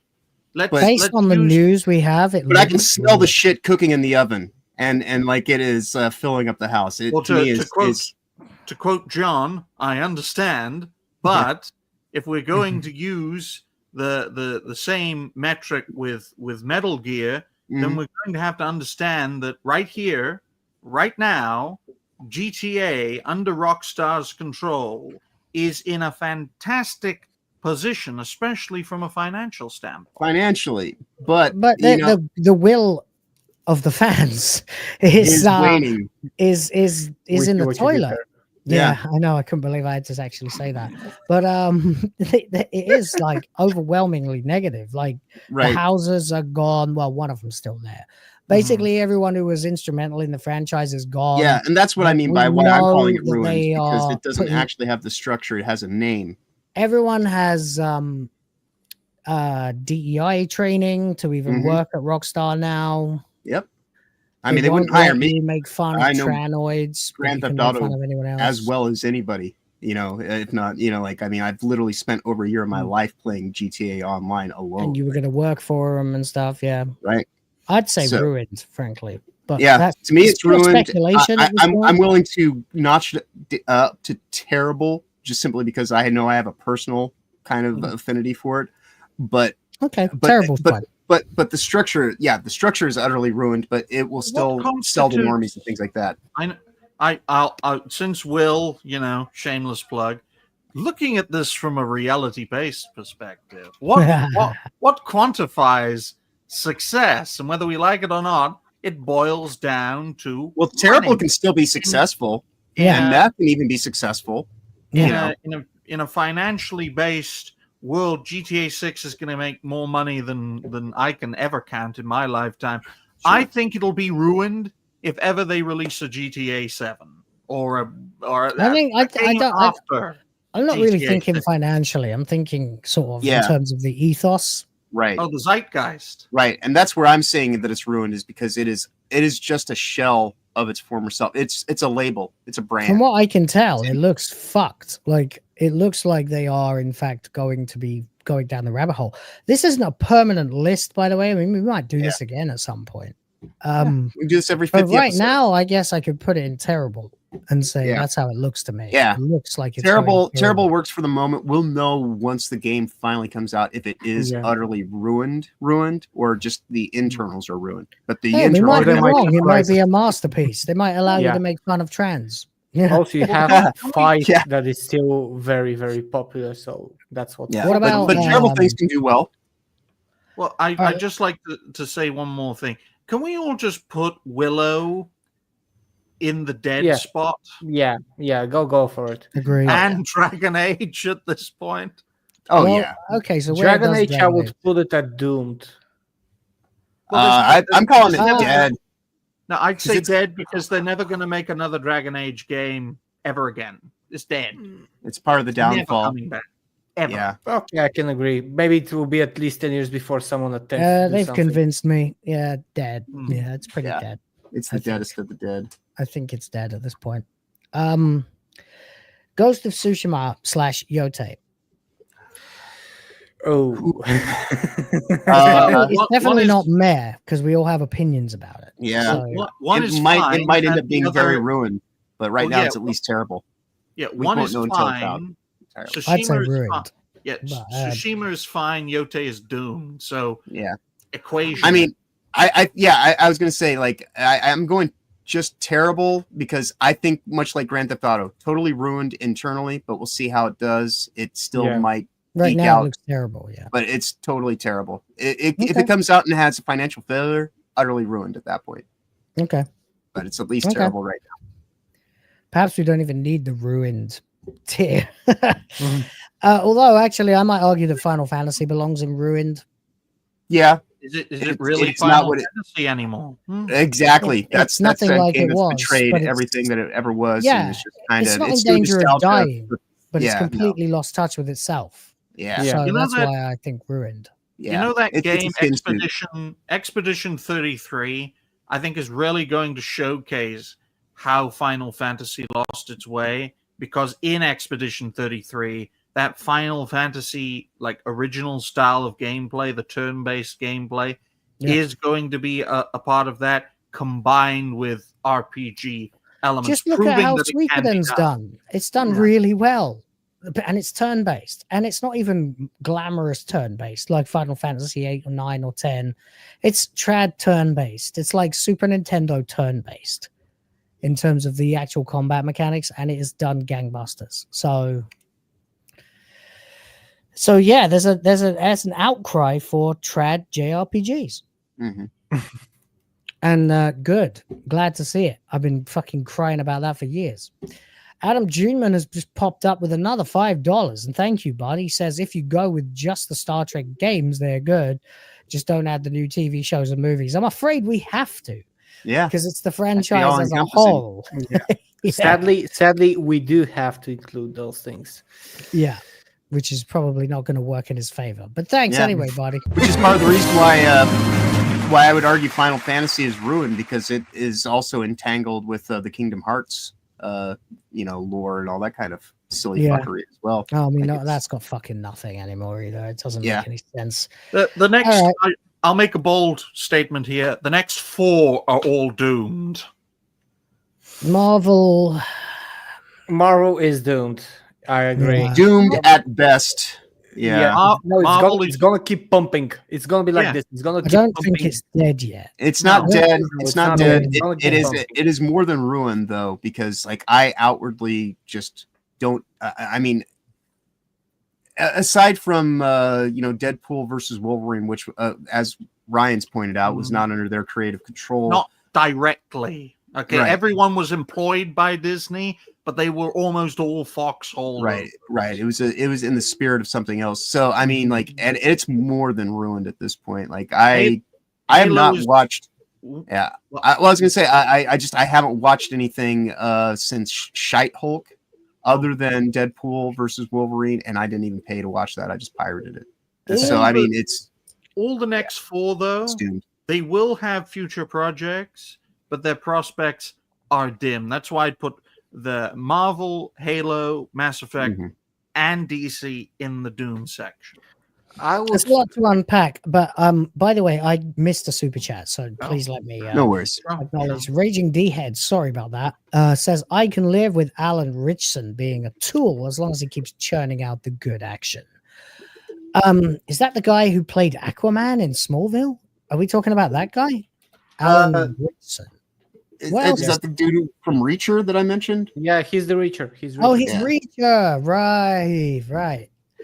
Okay, yeah. I can generally speaking, though I'm not particularly familiar with his work, if someone's an absolute dick and none of it comes out in their work, and their work is fucking glorious, like Joss Whedon, for example, in the 90s and early 2000s up to, say, 2012 when he did Avengers 1. The guy was an asshole, an egomaniacal piece of shit.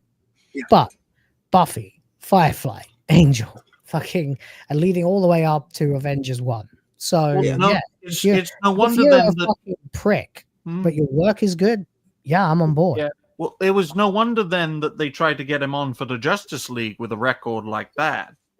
Yeah, and yet he fucked that. But then that was not really his movie, and he had to work around what had already been made by Snyder. Snyder also is a dick, but his work sucks, which is why he has ended up with probably less fan stock than Whedon still has. Good point. Thank you, D. I know this is a complete side tangent. My audio issues being what they may, I have noticed that nobody's complained about the owl today. Yeah, I haven't heard the owl either. And it is quite literally. Yeah, I brought it up because it was sitting here like actually going off, and it's done it a few times. It's like, I haven't heard it. Whatever you've done well. So Marvel is doomed then. I agree. I mean, with the shows that we've had and the movies that have come out and the stuff that's on the docket, the latest fucking reveal of the cast and stuff, it's just no one cares. Yeah. Well, everyone here knows, both watching and on the panel, that Marvel and the next 3 are all doomed because of the zeitgeist. I mean, you can't stop it, but they got the money behind them still. They're still going to come out. I don't know enough about Dragon Quest to make an assessment, but Rings of Power is doomed. I compare Warhammer 40k as a franchise to an exploding sun. It's expanding like never before, but at the heart of it, there's a fucking black hole that is a disease. I mean, John the White made that comparison when he was still alive. But let's save the banter on each one of these as we get to them. We don't want to just like burn 2 hours. Oh yeah. Eris Rhoda, by the way. No, it's fine. I'm not that bothered. Okay. I slept all day. Eris Rhoda is here for £10. Says I would say Final Fantasy is pretty healthy. DT wasn't popular, but the community is still thriving. The Pixel remasters outsold 16, proving what you just said about Suikoden and Meh at worst. That is actually a pretty good point. That is actually is it Final Fantasy? I mean, the new ones, no, but the franchise endures through. So I mean, you might bump it back up to terrible then in the middle of terrible. Yeah. I'll put it in terrible. Final Yeah. Fantasy terrible. Final Fantasy has endured because of its legacy, and we should, in my view, we should judge projects by their last original releases. Yeah, I know, but then we are talking about whole franchises. Right. But by that logic, last Halo 10 should be in years. terrible, and Well- the MCU should be in meh, if we're going to judge it by legacy. No, Alright, but we're last also 10 judging years. what the prospects are, aren't we? I mean, the legacy Like, is what part the of it, but future I would. prospects are. The legacy is an aspect, but I think that the legacy I don't take for granted when it comes to Marvel, and that's part of the Tell you reason what, why it is I so put it in doomed. terrible because outside of Final Fantasy 14 right now, the entire thing is a fucking joke. Yeah, how's about Final terrible is Fantasy 14 ruined? still very playable.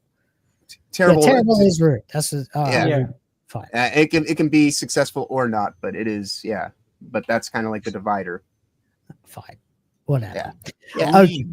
And thank you. What? It's ruined. Thank you.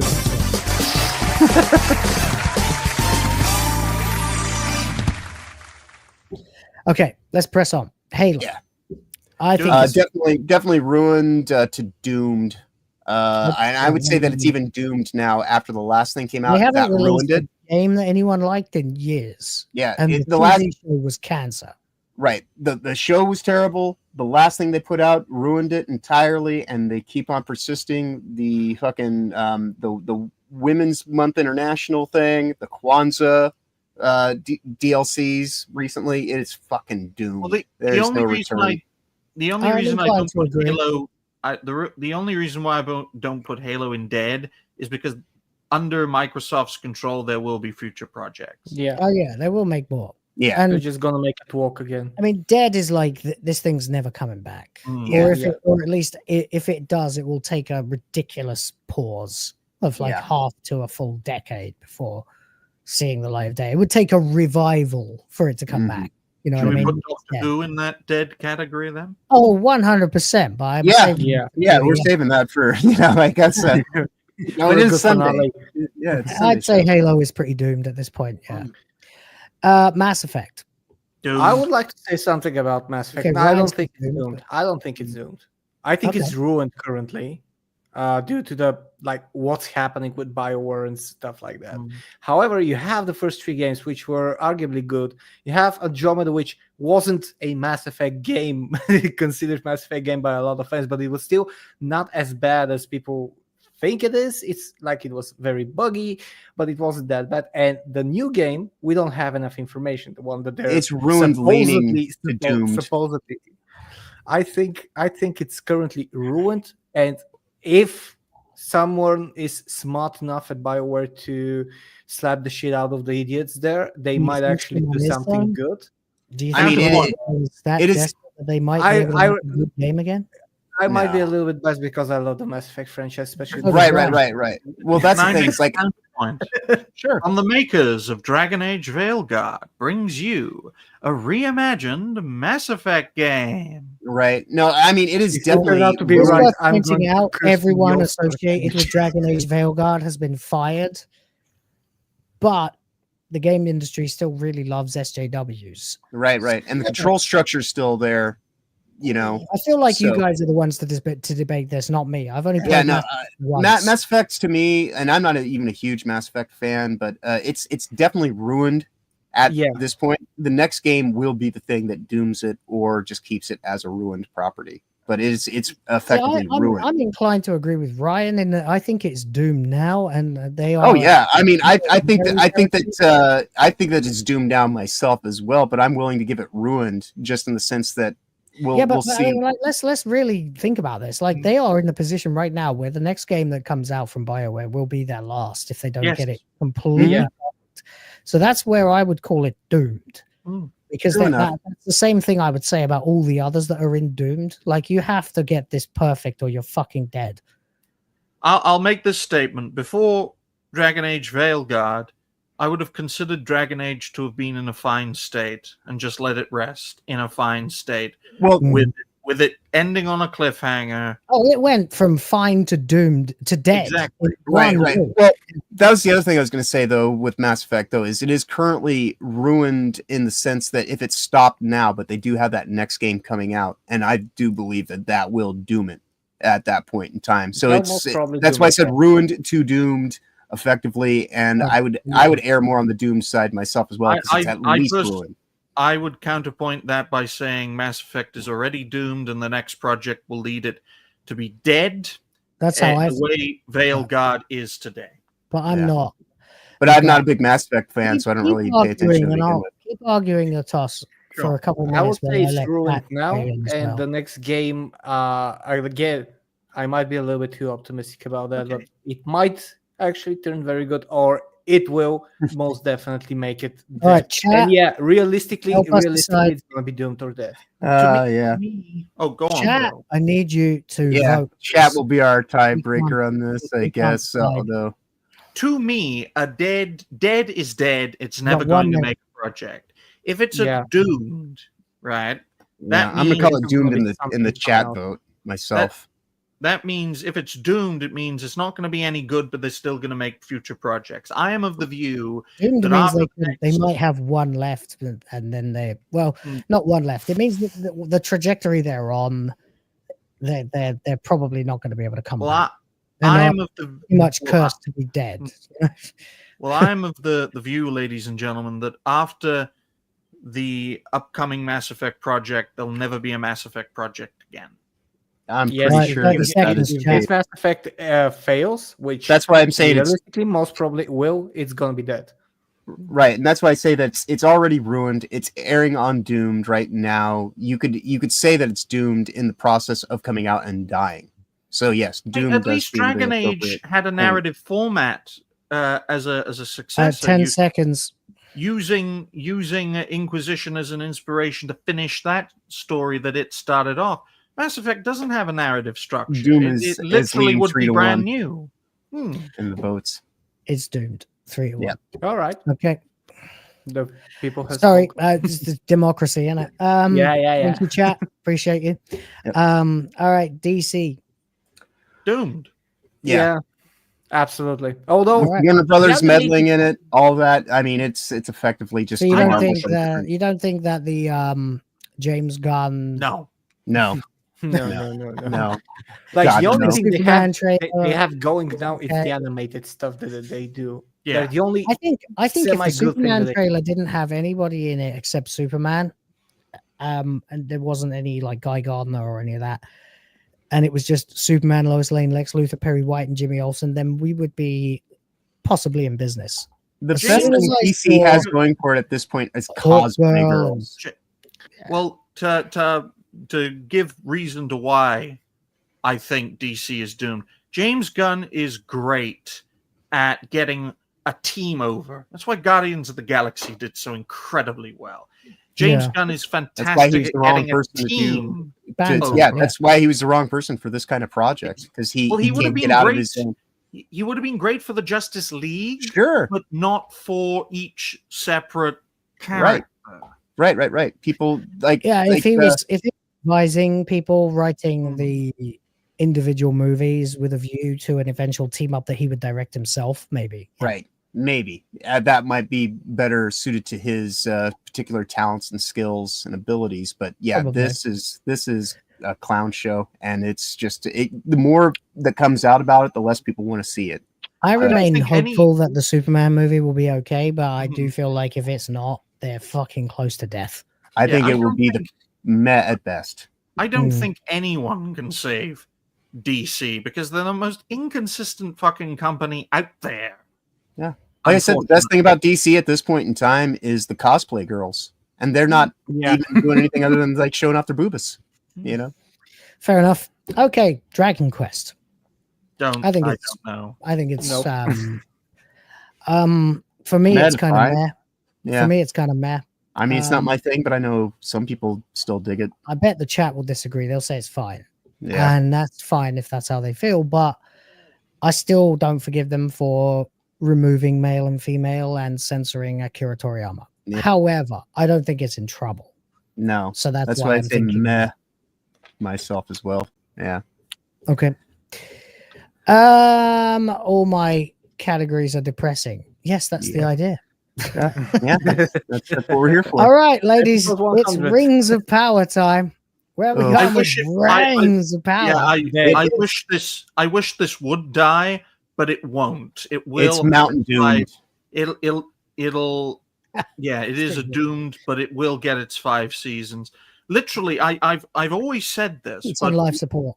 And literally, it's like the South Park thing for how do you cure cancer. it is with dead, but it's concentrated moving. money. My sister, she watches Rings of Power, and by saying she watches it, I mean she looks at her phone and she just has it on in the background so that she can look over and be like, "There's Middle Earth." That's the best it could ever hope for. Right, Is it? Ryan, what from were you going to afar. say, man? I'm sorry, I totally cut Look, across you. content creators pursued 2 separate strategies to try and destroy Rings of Power, and both didn't work. One was to grift and expose, and it's bad. It's everyone dogpile on this. It felted all this sort of language for season 1.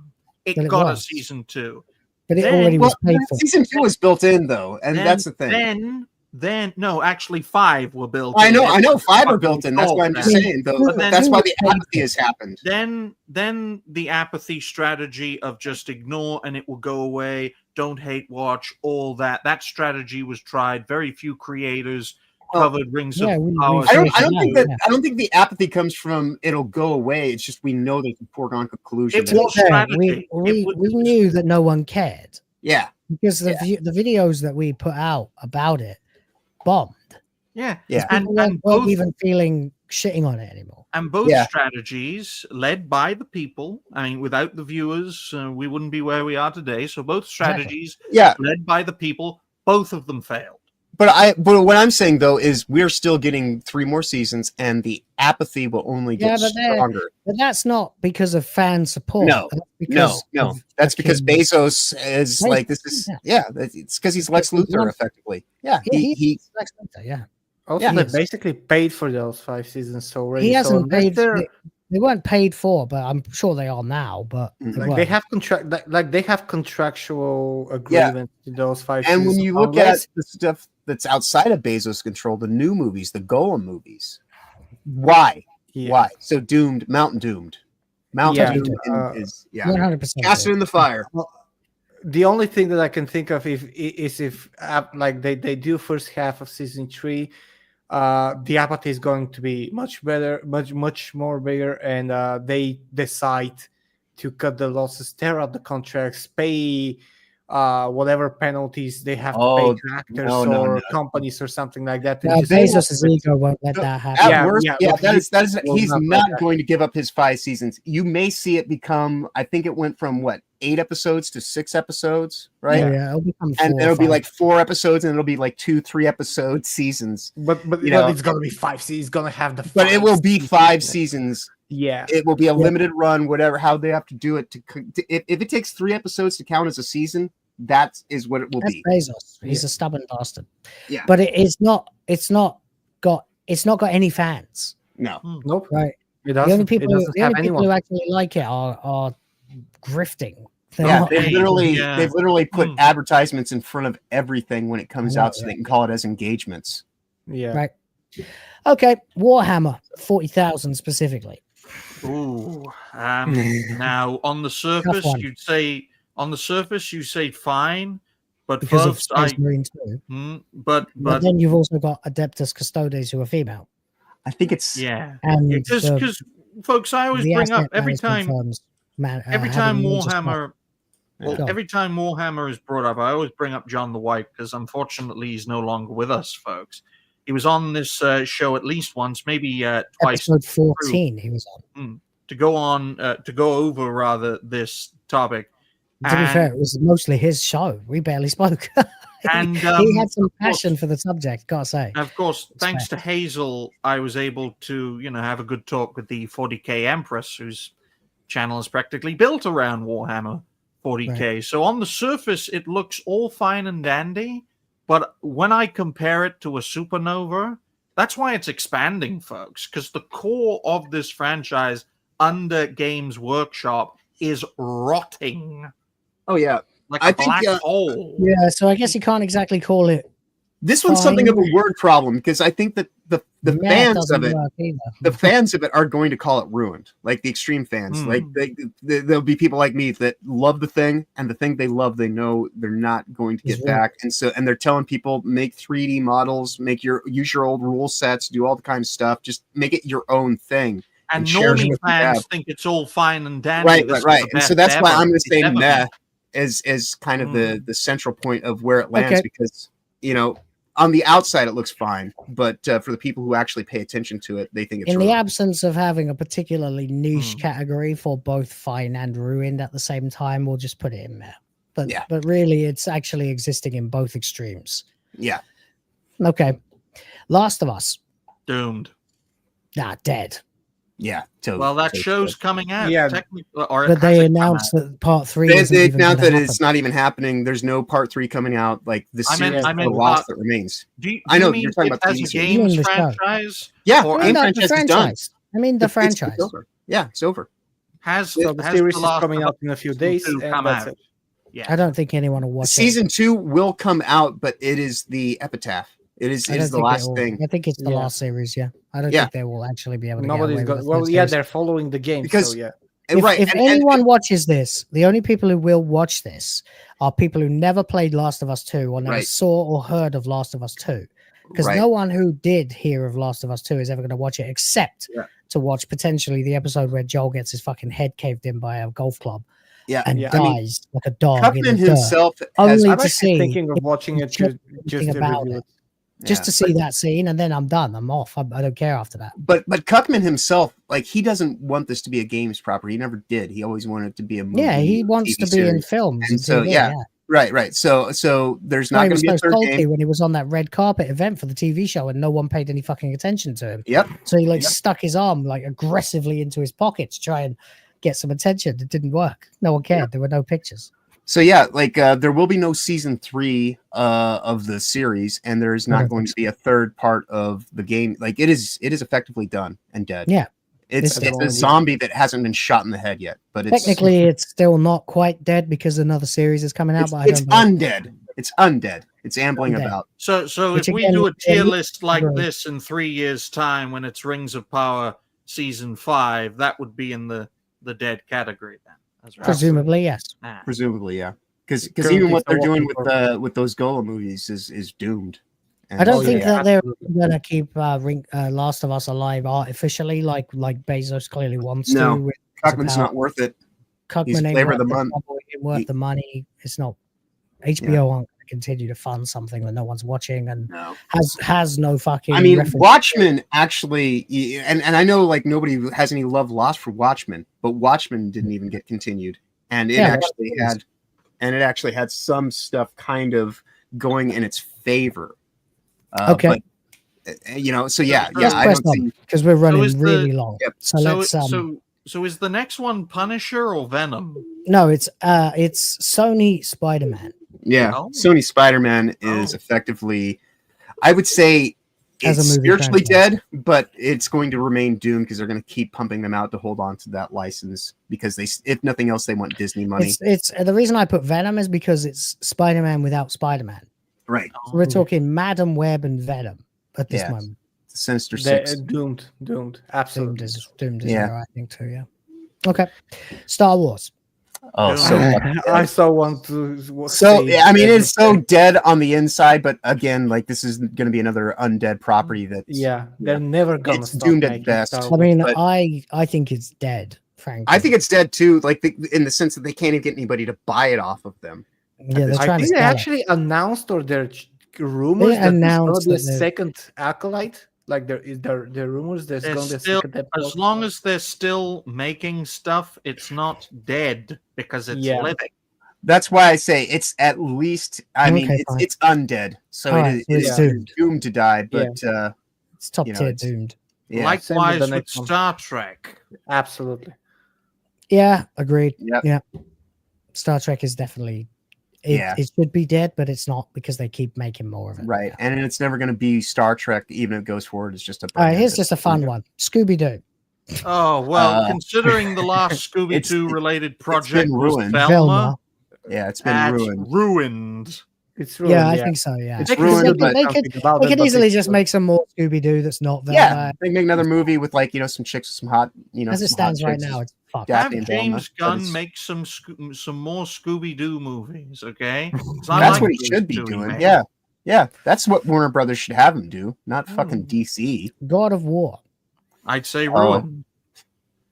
I'd say at least ruined, but I think that last game came out, and the more people play it, it's sold. But the reception, the legacy is terrible. Yeah, it is on its way to becoming doomed, but it's not fully doomed just it's yet. ruined currently. The games were nice. The games were nice. They were entertaining, but everything else around it is. They're getting so desperate. David Jaffa might just start making them again. Oh no! Then it goes. And he's getting so desperate. Okay, and if that does happen, then it will be doomed. Okay, Fallout. I'm saying doomed. It's at least ruined. I will say 76 has eked together an audience over the years. But that's all it has. The TV show, people like the TV show, but then they started actually looking at it. Right. Well, and they realized that the story makes no sense. The Right. scenes don't actually have any cause and effect. Right. And that's one of those things about revenue funding models. Like, that's the reason why they dropped all the episodes on one day, is because if you mainline it all at once and things just happen in front of you, you don't have time to reflect and digest episode to episode and actually think about it, then it seems okay. It seems fine. But if you actually just watch it episode at a time. If you don't actually pay attention to the story of Fallout, the show, then it's fine because you're just busy laughing and clapping at the Fallout references. Right. It's a great actually clip watch the show. story. There's nothing actually really worth. Yeah, like I wouldn't watch it again. I'd watch some key scenes, and that's bad. The story doesn't actually make sense. Piss the fans off by nuking Shady Sands, and the games are fucked in the arse. Yeah. Well, in terms of the Fallout show, I think it was a great clip show because the internet clips of the scenes, if you do that, it's fantastic. I mean, but as a whole show, the process. Yeah, in my personal view too, as someone who actually, I love Fallout. I have the original games before it went 3D. No, I've got them all. And but I did not play 76. You couldn't pay me to play 76. I actually did play 76 because my mentor asked me to join him for it. But after 2 weeks, I think I may have turned it on like once because my brother. It was just like he is still very like he would tell you that it's perfectly fine. I've heard it's much better these days, but I still don't care enough to actually play it. Right, and that's kind of where I'm at with it. I've never played it, so to me, it's personally doomed, leading to dead. Based on, I'd say that too. I'd say that if you can't actually, if the next Fallout game isn't 3 or New Vegas level of popular. Yeah, it's doomed right now. I would say. Then it's probably going to go away for a long time. We're not going to get a Fallout game this decade, folks. We're not. No. So doomed. Yeah. Okay. Mortal Kombat. Doomed to dead. I mean, and it's hard. It's dead. It's way more than ruined, but it also has Warner Brothers money. More people are playing Fallout. More people are playing Mortal Kombat 11 than are playing Mortal Kombat 1. Right. And that's why I say it's and 11 dead already. Was a little bit woke. Yeah, but it wasn't Kim Bel-Air. For me, 10 was the last really good one. I'd say doomed. Yeah, doomed. Yeah. Yeah, when you cut off Shinnok's head, you really jumped the shark there, didn't you? I mean, I made a thumbnail when this game came out. Literally called Mortal Kombat. Yeah, it all went to hell the second that they started covering up the ladies. Yep. As soon as SBI got involved, shallow, but it does, and SBI went to hell when they started doing what Warner Brothers and DC love to do and talk about fucking time travel and convolute their story to hell. they started fucking with it as soon as like you had 2 iterations of Johnny Cage in the same game and stuff like that. They should have just carried on with the story at 11, but they didn't have the balls to let go of the legacy characters. You're right. Like, So now it's you wanted to multifaceted. reboot this game, and Mortal Kombat 9 was a fucking towering masterpiece. Beautiful game. 10 was very good too, very fun. An obvious and natural successor to 9, and like a true worthy sequel to the story. 11 was timey-wimey woke, and 1 is wokey wank. Yeah. So what's next? Speaking of timey-wimey, we should do Assassin's Creed next and save Doctor Who. Since it is Okay. Assassin's Creed. Doomed. Yeah, Doomed. But now they can revive it potentially under. They will Tencent. probably can make do more. that. Oh, they will. Hexed is probably still sadly in production. I haven't If heard they that. actually release that piece of shit, then it's dead. But yeah, that would kill it. I know I think call they're it Tencent's Ubisoft, but the Guillemot families, or family rather. Oh, stop it! I mispronounced it. Me, grammar Nazi. But yeah, they still have creative control. Tencent just has more of a stake, and I think if they release that Hex, witch simulator, it'll completely kill the subsidiary, and that'll lead to actual Tencent Ubisoft, where you get an Assassin's Creed China game. It'll be fantastic, and the Japanese will cope and seethe about it. Okay, because it'll be fully Chinese owned then. And they might actually make it good. By the way, I And they moved Sonic will. to Mare because it was pointed out that the games suck these days, but the movies are doing well. So I would say Mez as well, because it's like I thought a know lot more of these would end up in fine, but realistically, no. Yeah, no, Meh. we're living in the pinnacle of All Mez right, mediocrity. Doctor Who. Let's finish where we fucking began. dead. So fucking the deadest of deads. Yeah. As dead as it's possible to be. I mean, this when you're show, supposed to be able this to Sunday show regenerate. is specifically built around Doctor Who, and we don't even do Doctor Who anymore. Yeah, it's so fucking irrelevant. I don't think they're gonna do anything. We anything. started this show with an article about yeah. how no one watches Doctor Who. Can So- he breathe? And it's Can Who that T- breathe? Well, WTF Live, folks, is a living, breathing example that you never build a show, and you certainly never build a channel off of one topic, because as soon as that topic goes the way of the dinosaur, your show, your channel is fucked. And I feel sorry for all the Doctor Who creators, Doctor Who based Apart from content Mr. creators. Tardis, he's a fucking prick. Well, yeah, rest in pissed retarders. But yeah, never build your channel around just one thing. Also, that weirdo with the flat cap and the scarf who slowly became trans over the years of making his Doctor Who content. Oh, Exy. Whatever his name is. No, not JXC. I mean, fuck JXC. Jim Sterling. No, not Jim Sterling. Some skinny dickhead. It doesn't matter. Wore glasses. Doesn't really matter. Yeah. Not Jim Sterling, and definitely not JXC. But fuck both of them too, because I can't be honest with you. JXC was the worst thing about fucking EFAP. Okay, Doctor Who, with the ignominy that it absolutely deserves, is dead. Doctor Who is officially dead, ladies and gentlemen. There it is, Mortician Who, says Eris Rhoda. Dr. Morg.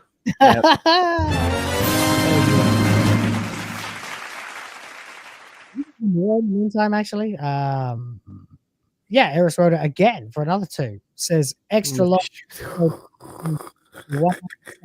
Thank you. So there you go. Mario and Doom, the sole survivors. Ghostbusters, Dragon Ball, Metal Gear, Resident Evil, Dragon Quest, Warhammer, and Sonic are meh. Final Fantasy, Grand Theft Auto, Ghost of blah blah, God of War, and Scooby-Doo are ruined.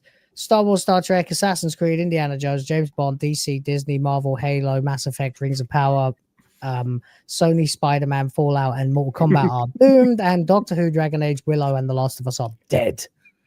And when you get that after May, just like you You're can talking always there's some top tier franchises in these Yeah, top like- 3, you know. Fucking awful. So many, and these are not just hate opinions. These are based on a lot of facts. So, oh yeah. I mean, we were pretty fair. We were pretty fucking fair. Like we were trying to give it as much credit as possible wherever possible. We would say, okay, well, this was good, but this sucked. Yeah, because I mean, the reason why Doctor Who is dead and not doomed is Disney's not going to keep it live. BBC can't even do it because I mean, BBC was relying on Disney to give it the cash infusion, and now so it's what do you do with it? It's nothing. Absolutely. Asura points out, used to like Jim Sterling, pre-Gamer Gate. Yeah, me too.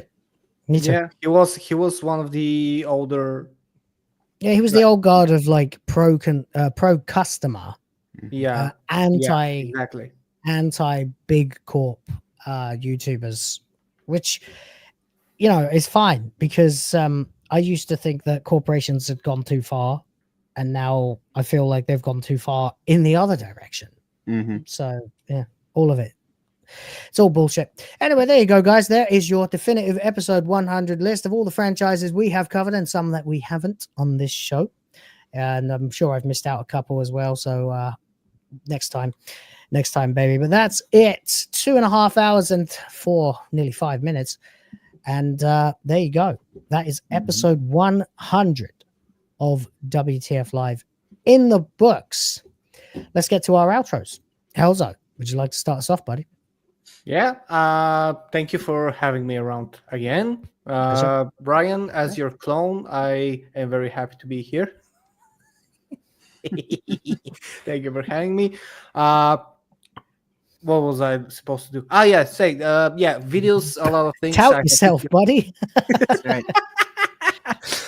One thing that I do want to mention that it's very important that I did today, that I would suggest that you want to check. The stream that I did this morning ended up with a donation to the Four Poles organization, the Bulgarian version, something that I promised to do once I got a month ago the first smash rate that ended up in a very, very hefty moolah pile that I promised to do it. And yeah, Google finally cleared me. They received proof that I'm not some terrorist from the Balkans.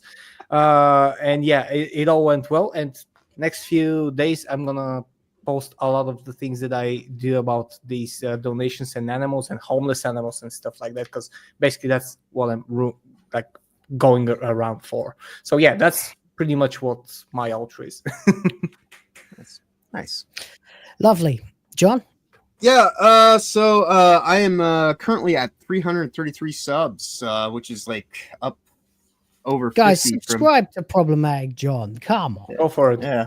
But that is mainly attributed, of course, obviously to Lister Mercanti with her attacks on Toasty, which we will be doing a show later today. It should got be demonetized, but thankfully she's nearly getting 3,000. She's made of tougher stuff than that. Yeah, like I mean, that's disgusting. Toasty's taking a match to the face and still moved. Well, John, how much did 1,500 Toasty was lose? Over 1,500 was seized and returned back. So at least it's not like the only upset. I mean, he makes a killing. She does well enough. But yeah, like So like we're gonna do a show there later today.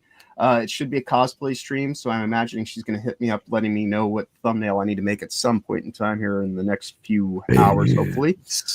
And then, of course, obviously, I'm always here on Tuesdays, Thursdays, and Sundays, part of White Time Friends, as we affectionately call it.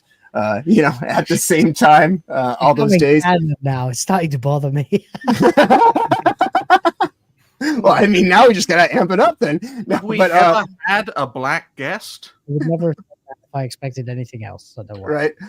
And of course, I am a part of Reality Based, although Ryan is planning on shaking up that channel, so I'm not going to be there as much, which is also the other reason that I'm coming to you live today from my Steam Deck, because I actually am going to be getting my own shit in order and maybe putting some stuff out here fairly soon. Don't worry, John. We'll keep.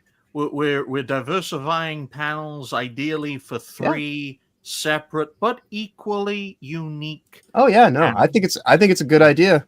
Quite honestly, like I say, I don't mind being freed up to have a few more hours of the week, because I mean, when I do stream with Toasty, that's a 3 to 5 hour That's almost enduro becoming run a full-time job for you now, to a degree. But you know, Toasty's fun, so it's worth it. But with that said, you know, I always appreciate being here with you guys. You don't want that. And now I can say that I have officially crossed that threshold. Because it's actually more than 50 episodes. Just episode 51 of WTF Live was the first time that I was in the thumbnails. So it's been great becoming like a part of the show, and I think that we've got something really awesome here. And I want to thank all the people in the chat that have put up with me being injected into this, and now, like, you know, like as we change and morph into the next thing. But with that said, you know, safe travels ahead. Have a wonderful weekend going forward. Be awesome as always. Beautiful. Thank you, Ryan. Well, ladies and gentlemen, thank you all very much for watching the 100th episode of White Time Friends, courtesy of Will. Wait.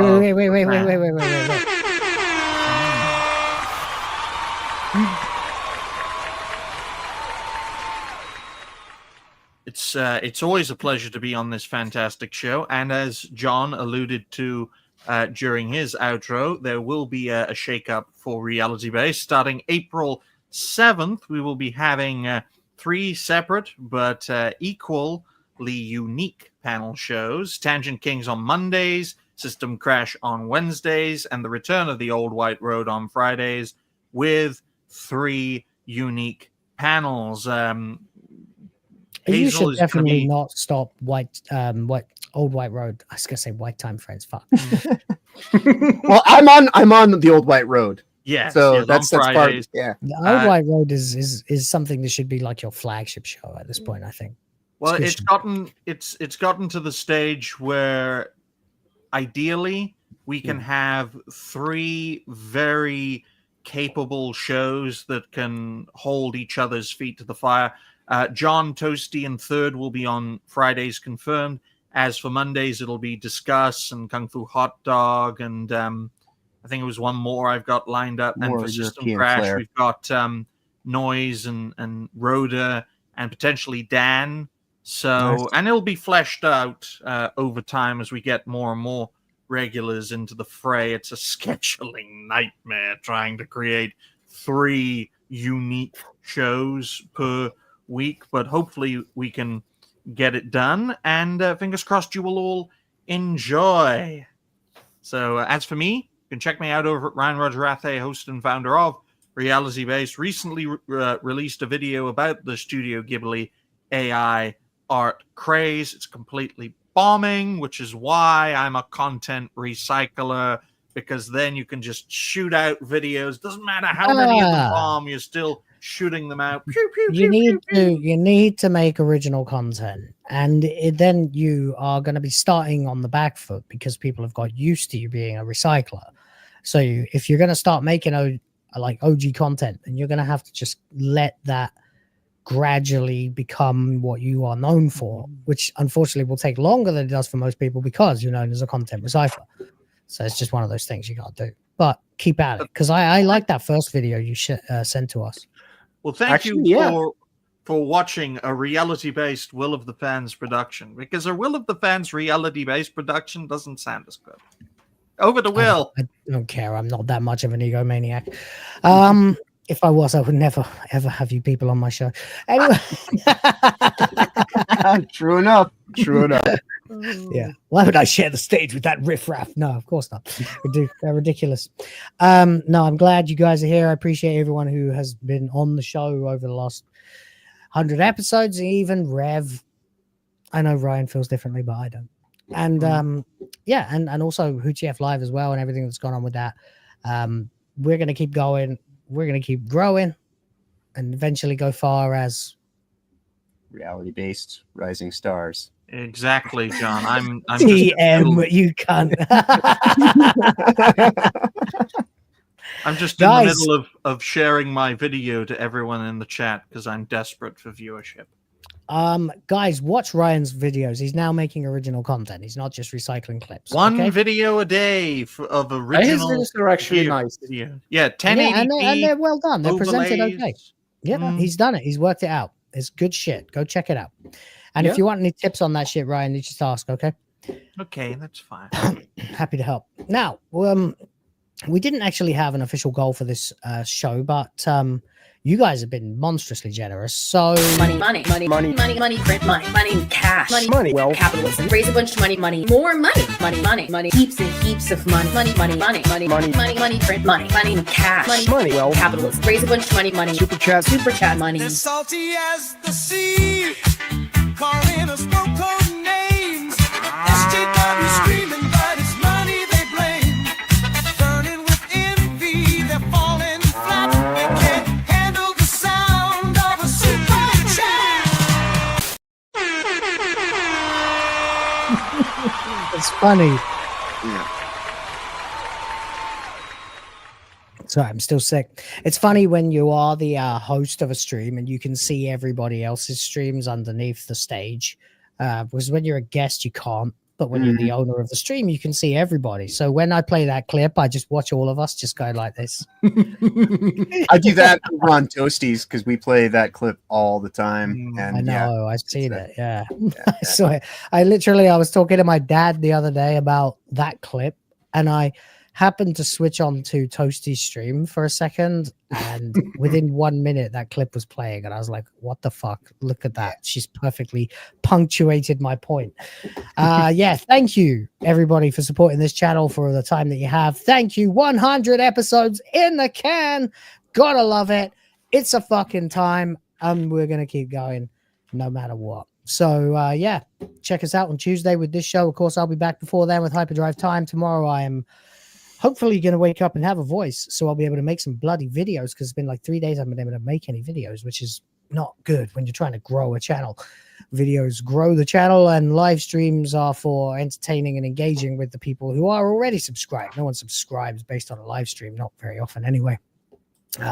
So that's something to remember if you're a newbie tuber too. But thank you so much, everybody. I love you. You make my life so very enjoyable. And when Google sends me a paycheck at the end of the month, my wife is beaming. So thank you very much as well.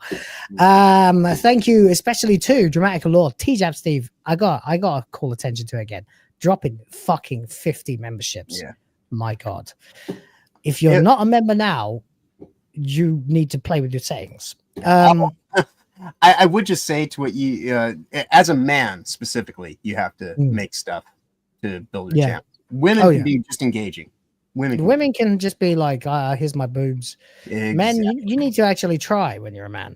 It's tough. Ooh, $100 for a bra stream. Ooh. It's really that simple. And the worst part is that as a man, you know that it is your fellow men who are perpetuating this. Yeah.